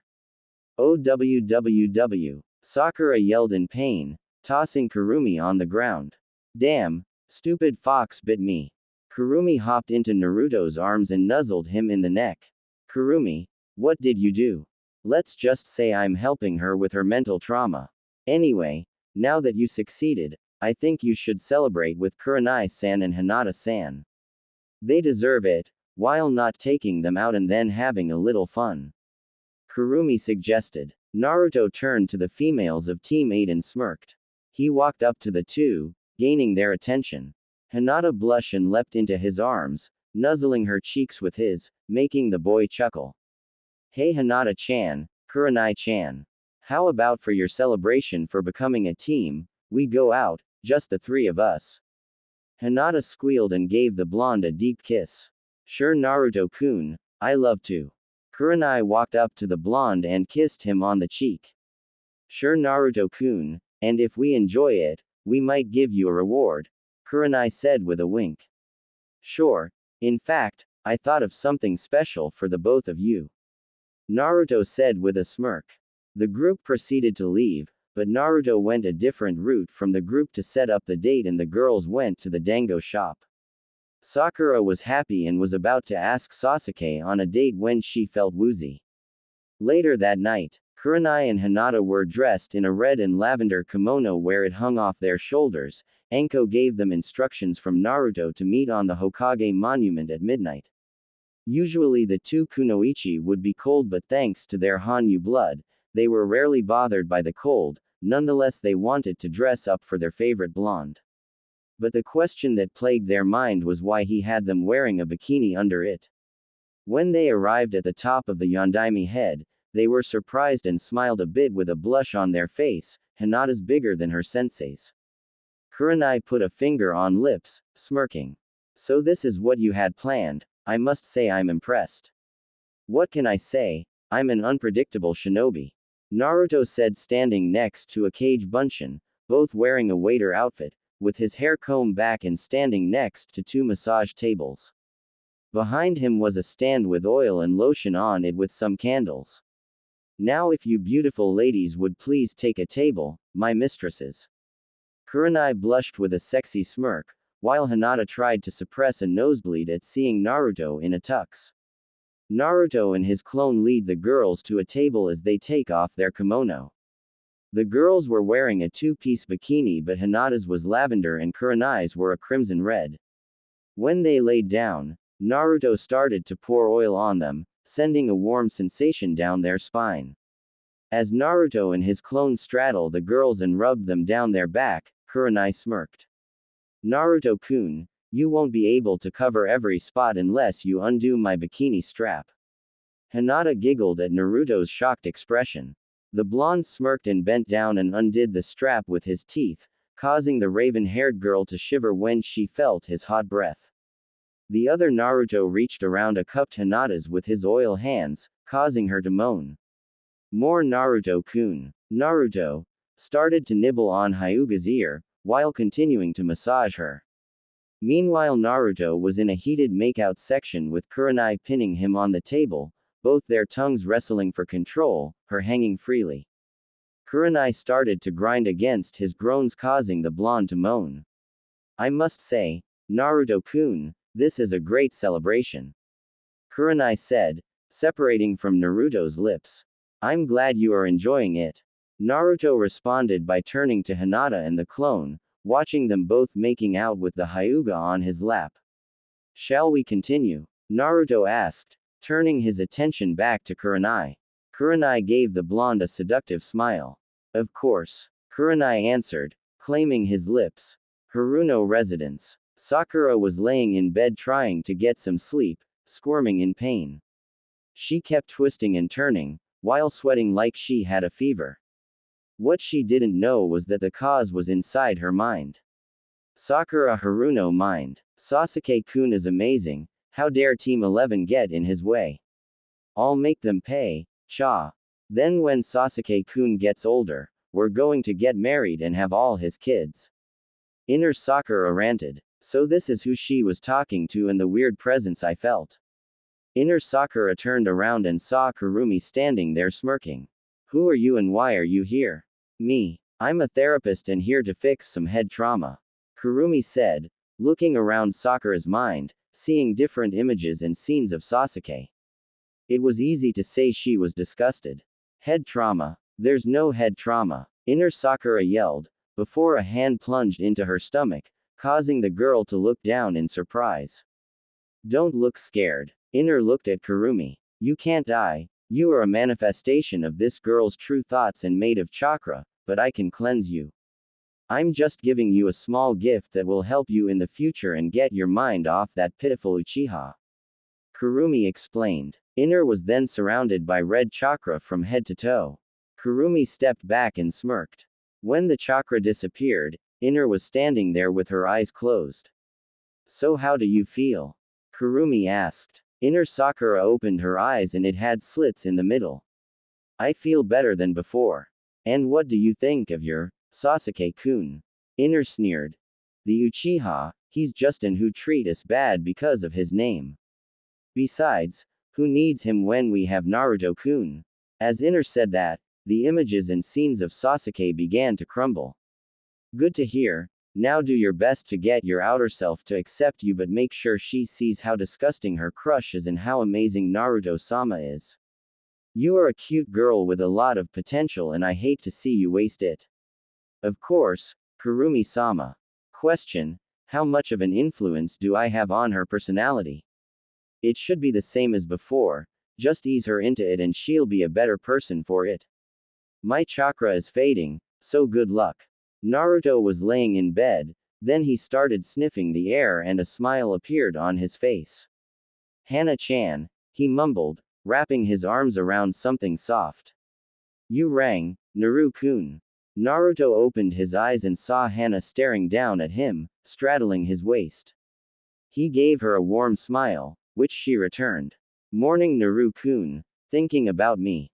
Hard not to. Naruto responded, kissing the female in Izuka. Hana moaned into the kiss. After the kiss, Hana got off the blonde and smirked. Love the kisses, but breakfast is ready. Naruto nodded and got out of bed. After getting dressed, he met Anko, Yugao, Izumi and Kurenai downstairs. He greeted the girls. So it's been like 2 months since your graduation. Anything planned? Well, hopefully Hokage-sama would be nice enough to give us a B-rank mission. Anko said, reaching for some bacon. Kami knows we're ready for it.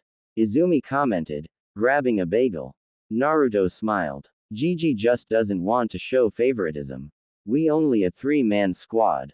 Anyway, I know this isn't interesting, but have you noticed something weird about Sakura? Yeah, she's been fawning over you. I wonder what changed. Anko said. Maybe she realized how bad the tem is and came to her senses. Hana said. Actually, you can thank me, I kinda placed some of my influence on her. Akane said, appearing out of nowhere. Naruto narrowed his eyes and smirked. Explain. Haruno residence. Sakura just looked at herself in the mirror. Hair a mess, but for some reason she didn't care.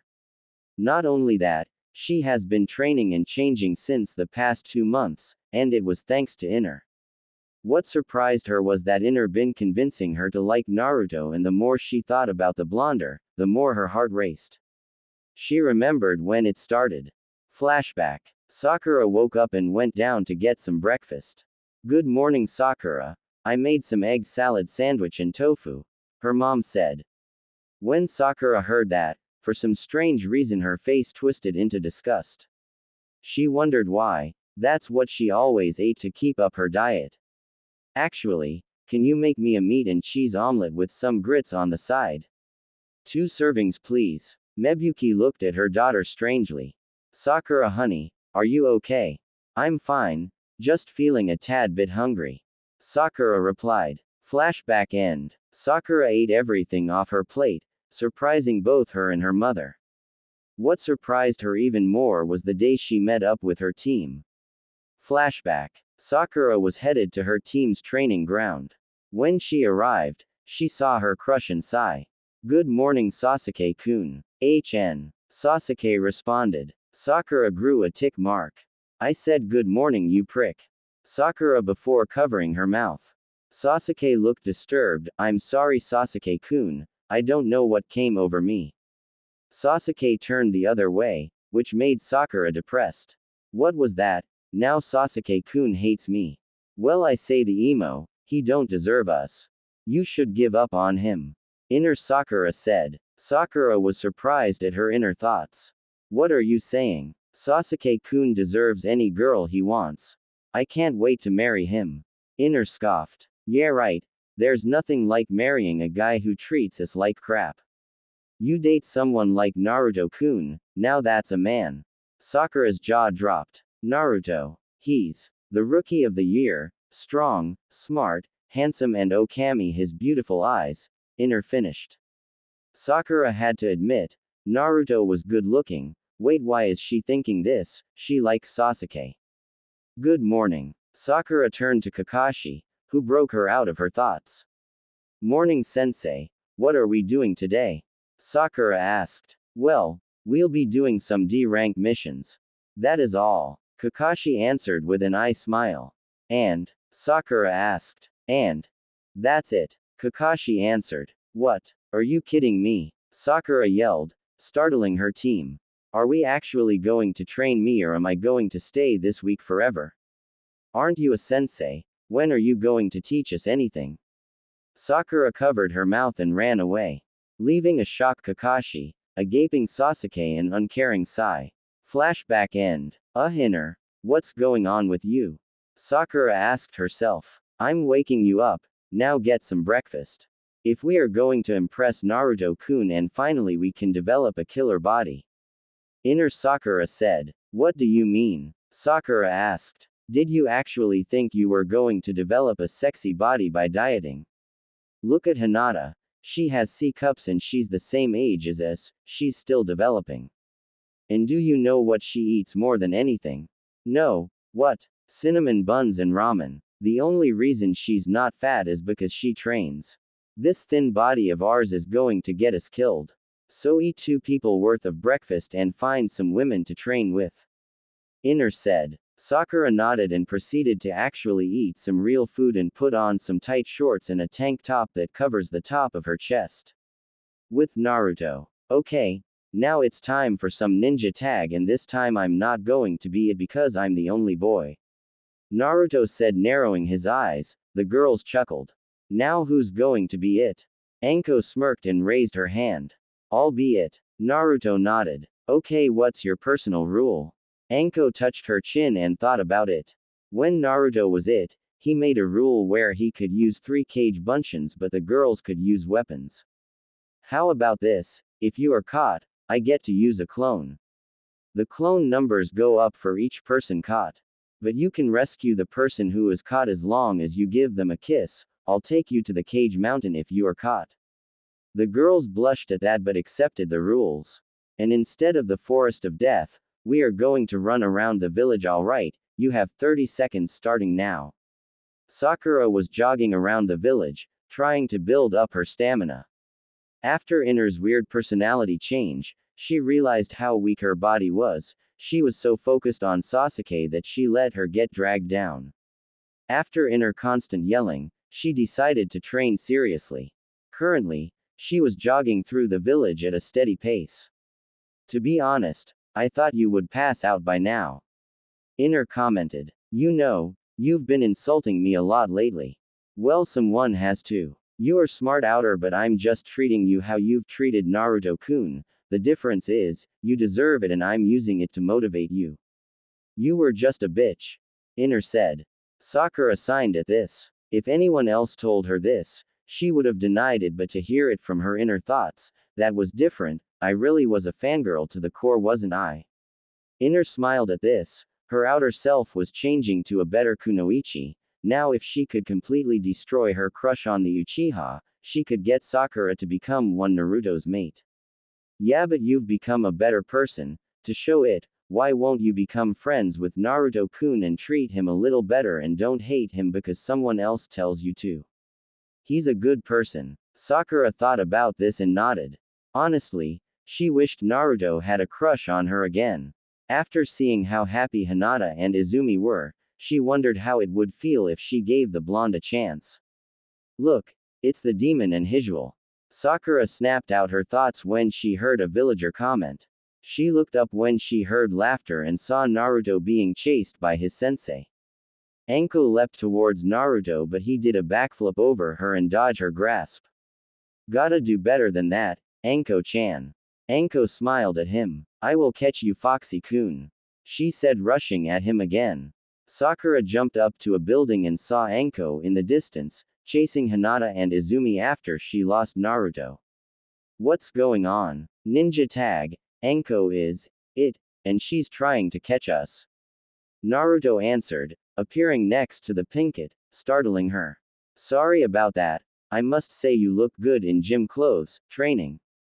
Sakura blushed at the comment before composing herself. Yeah, I realized a while ago how weak I am, so I was doing a morning jog to try to build my stamina. Naruto nodded and got an idea. Okay, how about you play tag with us? It'll help build your stamina and evasive skills. Plus it's more fun. Sakura looked down at the ground. But the others don't really like me. I don't think they would be okay with this. Nonsense. Ladies, Naruto called. In a few seconds, multiple women appeared. Anko had her hands on her hips, frowning. Naruto-kun, why did you stop? In the middle of my turn. She then turned to Sakura with a questionable gaze. And why is she here? Naruto smiled and wrapped his arms around Sakura. Well, believe it or not, Sakura here wants to play with us. Izumi ed an eyebrow. Really? I thought she hated us and would find this immature for kunoichis. Sakura blushed in embarrassment. No, I want to play, if that's okay, I mean. Izumi narrowed her eyes and smirked. Fine, but no fangirling. Sakura nodded her head and joined the group. Inner smirked. Outer was bonding with Naruto's group. Once Outer becomes physically ready, Inner could make her move. Report. Hi, the target is still with his group, sir. They seem to be playing tag. And the traitor? She's with him. What are your orders, Danzo-sama? When the two are alone, you are to kill the Uchiha girl and bring me the boy. To have the village thrive, he will become my weapon and Konoha we reign over all. Danzo ordered. Sakura was exhausted. She wished she took training more seriously. She was so exhausted after a simple game of tag. But she really did enjoy herself. Sakura didn't have many friends since she started crushing on the Uchiha and her crush always ignored her. Seeing Hinata and Izumi enjoying themselves around Naruto kind of made her feel jealous. It was getting close to the afternoon. The group decided to head to Akamaiki's barbecue place. When Sakura was about to protest, she was stopped by Anko claiming it'll help her get bigger, which shut her up.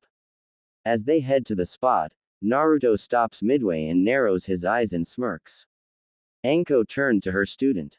What's wrong, Naruto-kun? Oh, nothing, Izumi-chan, I think you and I have some business to take care of. We'll meet up with you guys later. Naruto said. Izumi was about to ask what he was talking about until her enhanced eyesight saw Root in the shadows.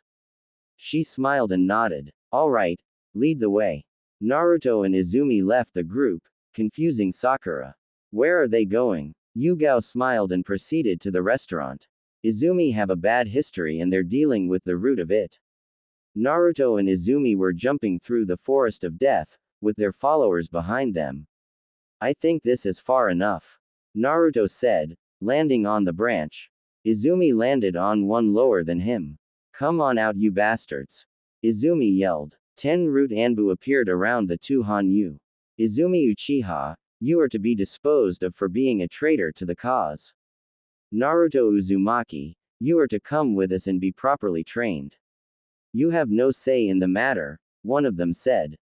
Naruto ed an eyebrow confusingly. Excuse me for being rude and arrogant, but the weak don't command the strong. So in reality, you have no say in the matter.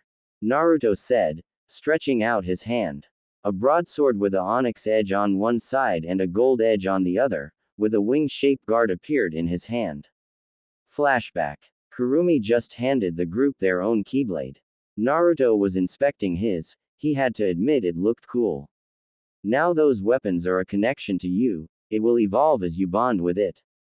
Think of it as a sleep state, it will transform to its true form once you bond is. Kurumi was interrupted when Naruto's keyblade lit up and transformed into a broadsword. This is pretty cool. Naruto commented. Kurumi's jaw was hanging. But how? You just got that blade? Kurumi asked. I don't know, Kayasakuen just spoke to me. Naruto answered. Kayasakuen? Yugao asked. Naruto lifted his sword and smiled. Her name, the sword, is called Kayasakuen, Chaos Queen. Kurumi chuckled lightly, shaking her head. I shouldn't expect anything less from Naruto-sama. She paused again when Anko's blade started to glow, revealing her new weapon. Not telling. You too? Kurumi asked in disbelief. Anko held her weapon and smirked. I think she likes me. Yugao stared at Anko's new weapon and smirked. In a weird sadistic way, I think it fits you. Everyone looked at the weapon and agreed. Flashback ends. Izumi saw Naruto's weapon and pouted. Naruto-kun, let me fight. Maybe my keyblade will evolve. Izumi said, summoning her Oblivion keyblade. Naruto chuckled and his sword disappeared. Fine, I'll just spar with Anko-chan later. Naruto said, leaning against the tree. Fine, we were supposed to eliminate you anyways, the root said, pulling out a tanto. Izumi smiled and disappeared. The Anbu was confused, until Izumi appeared behind him and impaled him through the chest with a menacing grin on her face. She took the keyblade out from his chest and turned to the other 9. Izumi said, charging the others. One root charged forward and did a vertical slash, but Izumi flipped over him and decapitated him. 8. This time 2 charged forward, one went for a horizontal slash but Izumi grabbed his wrist. The other tried to use the opening to stab the Uchiha but he got his waist cut off. 7. Izumi flipped the Anbu she grabbed on his back and stabbed him through the head. 6. Naruto was impressed and turned on. Izumi was low Jonin in root and becoming a Hanyu increased her strength. The best part was that she wasn't using her Sharingan. Izumi looked at the rest of the root in boredom. Soon more Izumis started to appear, and they charged the rest of the root Anbu. Naruto watches as Izumi relentlessly cuts down the Anbu one by one. She looked like a true demon. After Izumi was done cutting down the Anbu, she turned to Naruto and jumped him, smashing her lips on top of Naruto's. Her bloodlust turned lust and she was pent up. Naruto wrapped his arms around her waist, pulling her closer. Izumi pulled back and smiled. That was fun, but my keyblade didn't evolve. Izumi said with a cute pout. Give it time, now let's meet up with the others. Izumi nodded and they proceeded. Danzo was seething. 10 of his root seals died out, which means they were killed. He underestimated the Jinchuriki. He has to be cautious on how to approach this. Soon Naruto, you'll be my weapon or die. Later that night, Anko was sweating as she tried to go to sleep. She was unconsciously groping herself, moaning in pleasure, thinking about her alpha. She was not sure where this came from but it was slowly building, her tension. Quote exclamation mark. I can't take it, Anko needs some playtime now. Anko then got up and quietly went to Naruto's room while wearing nothing but her panties. She didn't want to wake no one up, especially Kurenai and Yugao.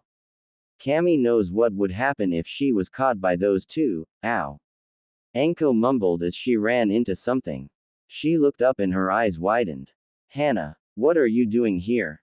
Hana was rubbing her head and looked at Anko. I would have asked you the same, but I can smell the pheromones on you. I'm guessing you were having trouble sleeping. I know we said we would decide who goes first. Naruto-kun, breakfast. Kurenai called but pouted when she didn't get a response. He usually eager to eat. She walked upstairs towards his room and knocked on the door but still no reply. Naruto-kun, it's time to. What the hell? Kurenai said. Huh, I smell food. Yon morning Kurenai-chan. Naruto said smiling but he didn't receive a reply. Kurenai-chan, what are you looking at? Naruto asked. He looked down and saw Hana and Anko sleeping next to him, but what surprised him was their appearance. Anko-chan, Hana-chan. What happened to you? Hearing his call, both girls woke up. What do you mean, Naruto-kun? Both girls asked, rubbing their eyes and yawning. Anko was the first to open her eyes, and when she laid her eyes on Naruto, she gasped. Foxy-kun, what happened to you? Huh, what? Naruto-kun, why do you have fox ears and a tail? Hana asked. I should be asking all three of you that. Kurenai said, causing the three to tilt their head sideways. Kawaii. No, get a grip. You can snuggle later, right now you need answers. Naruto, Anko and Hana studied each other and Kurenai was right. Naruto had blonde fox ears and a tail with the tips white. Anko's was purple with brown tips and Hana's was brown with white tips. Anko hugged Naruto and started rubbing their cheeks together. Kawaii. Anko squealed. Kurenai was about to stop them until she heard the two start to purr. Both of you are so adorable. Kurenai said when her barrier broke before ran and hugged her mate and lil sister figure. I see it finally happened. Kurumi said, poofing in the room. I figure Anko would have been first, but I guess things happen for a reason. What do you mean, Kurumi-san? Hana asked, wagging her tail. Basically you and Anko-san had an evolution ritual. You and your mate perform a ritual that allows you to evolve into more of a demon. It's an instinctive thing that's hard to resist. Kurumi said. But why didn't it happen to the rest of us? Kurenai asked. Because it depends on the person's willpower. The only reason I thought it would happen to Anko is because she's a pervert with no self-control. Oi. Kurumi ignored Anko and continued. But since Hana is an Inuzuka, I guess it makes sense. So going by your logic, the next person would either be Sum-san or. Kurenai paused. Hinata-san. Kurumi finished. Hinata was probably the one with the weakest will among the group. Is it possible to share my time with her? Kurenai asked. You can't force it, but knowing how you consider her a sister. I believe your instincts to guide her will activate now you are aware. Kurumi said, making Kurenai feel relieved. Excuse me, Naruto-sama. The Hokage would like you. What happened here? Yugao appeared in her Anbu suit. Kurumi sighed. I'll explain it to you later. Now continue on with what you were saying. Right, Naruto-sama, the Hokage would like you in his office. Yugao said, still staring at Naruto while resisting the urge to glomp him. Well, I can't go like this. Naruto said as he was being rugged by Kurenai and Anko. Don't worry about it, just think about pulling your tail and ears in your body. You can release them anytime you want. Also I'll explain the difference in your abilities when you get back. Kurumi explained. Naruto nodded and closed his eyes. As Kurumi said, his tail was pulled in and ears disappeared. Sweet. Alright, I guess I should go. Naruto said before giving Kurenai a kiss. When he was about to walk by Yugao, he took off her mask and gave her a passionate kiss, causing her legs to feel weak. He pulled away and smirked. You know you're not supposed to leave the house before giving everyone some love.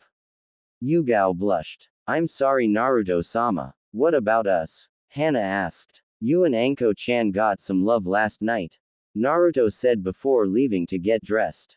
Yugao's eyes widened and turned to her sister wives. Haha, we can explain. Hana said nervously. Hiruzen puffed out some smoke from his pie inside. One of my students, Jiraiya, snuck into Nadeshiko and got caught peeping. He then fought the village leader and won, but according to the customs, he was supposed to wed her since she lost. You see, Nadeshiko is an all-women village, and when a kunoichi from Nadeshiko loses a fight to a male shinobi, they are to bring him back to the village for the rest of his life and marry him. But instead, Jiraiya offered his student, your father. Since he's dead and you're his godson, he suggested you.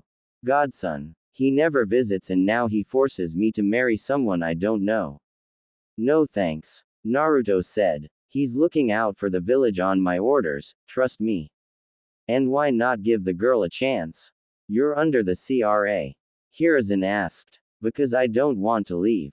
Naruto responded. You won't have to. Because of your clan status, it was decided Shizuka would be transferred here and act as a liaison between her village and ours once she becomes a chunin. That is if she accepts you. Hiruzen said. Naruto tilted his head in confusion. What do you mean? He means it's customary for kunoichi from my village to fight their spouse and test their abilities before making a decision.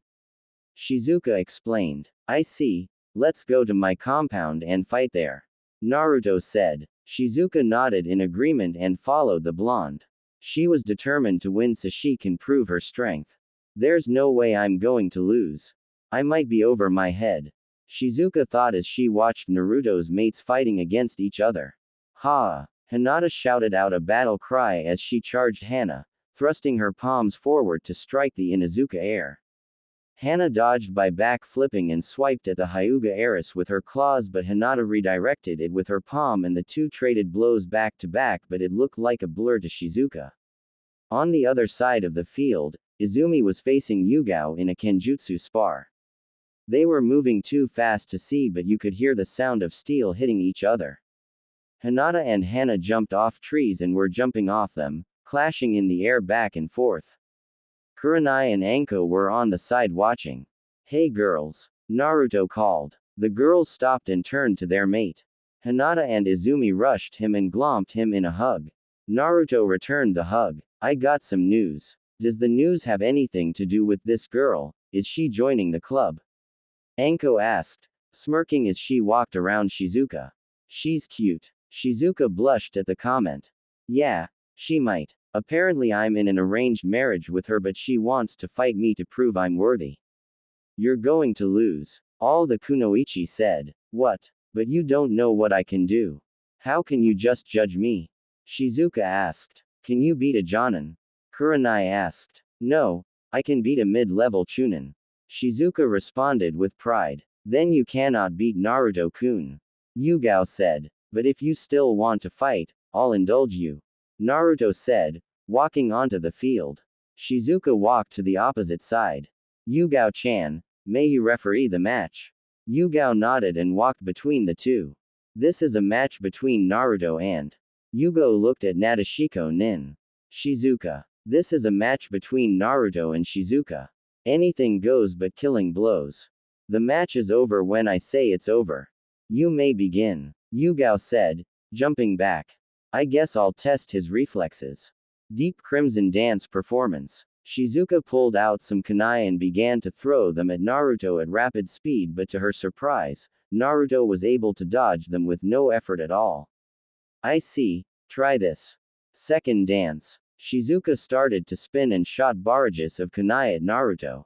Naruto stopped dodging and went through some hand signs.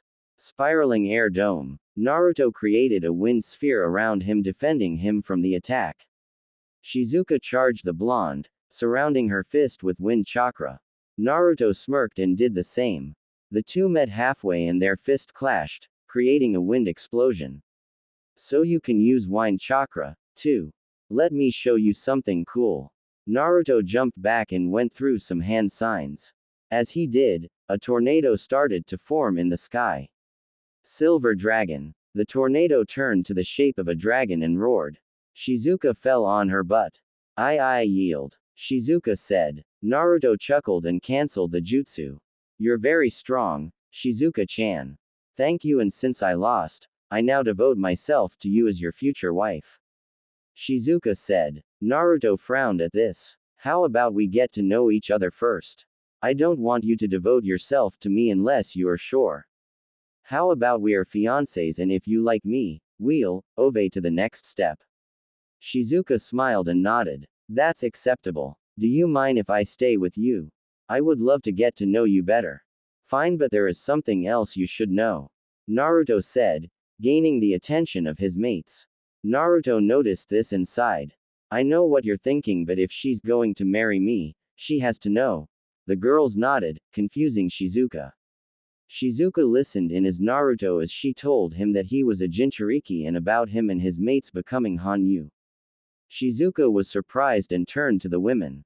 Are there any benefits? Shizuka asked. Well, our chakra increased, we're physically stronger, have a lot of stamina and we'll remain young forever.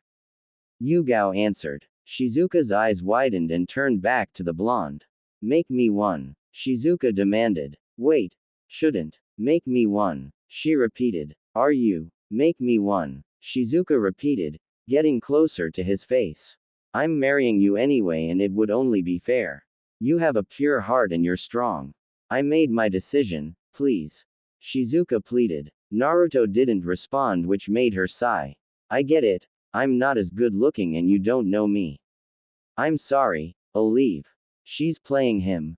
The girls thought with a smirk. Wait, it's not that. It's a big decision that can affect your life forever and you can't turn back. If people find out what you are, they may not accept you. Naruto explained. Well, I'll have you and your wives, or my sister wives. Shizuka said, earning a nod from the group. Just do it, Foxy-kun. Anko said. Naruto shook his head and chuckled. Fine, come here. Shizuka walked to Naruto. Naruto sank his teeth into the girl's neck, causing her to moan. She felt some chakra entering her, but it was strong and warm. Naruto let go of her shoulder and backed up.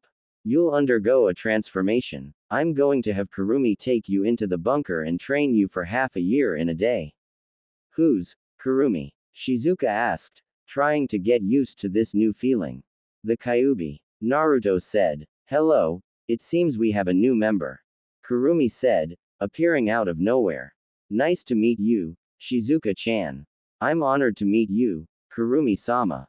Shizuka said with a bow. Great. Now you're coming with me. Kurumi said, grabbing Shizuka's shoulder and disappearing in a crimson light. Naruto figured she took her to the time chamber to help her get used to her abilities faster. Now that she's gone, may I see your tail? Hinata asked Naruto. Yeah, I want to see. Izumi added. Naruto chuckled and revealed his blonde tail and ears. The two girls squealed and tackled the blonde and started to rub his tail. I'm so jealous. Izumi said. How can I get a tail? Hinata asked, snuggling in Naruto's tail. Naruto blushed and looked at Kurenai and Anko. Neither of you told her.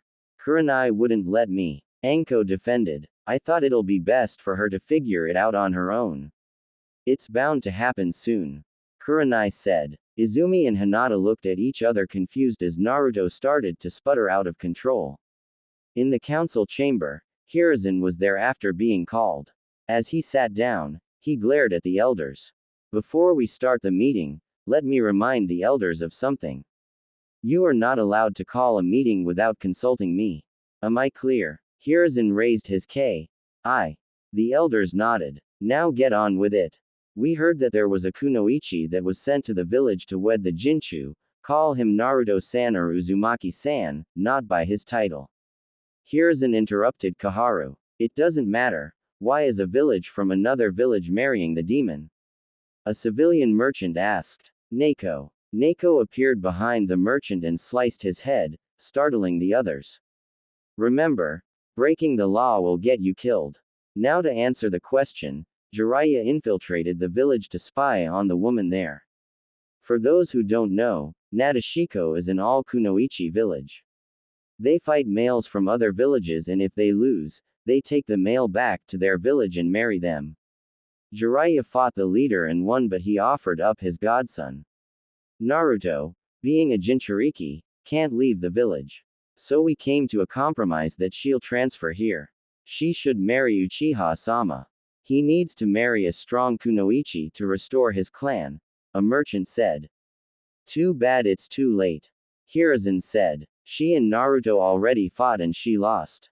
Her customs won't allow her to break it off unless Naruto wants to, and he agreed to the terms. The civilian seethed at this. I still wonder why the asshats are part of the council. Sum said, gaining everyone's attention.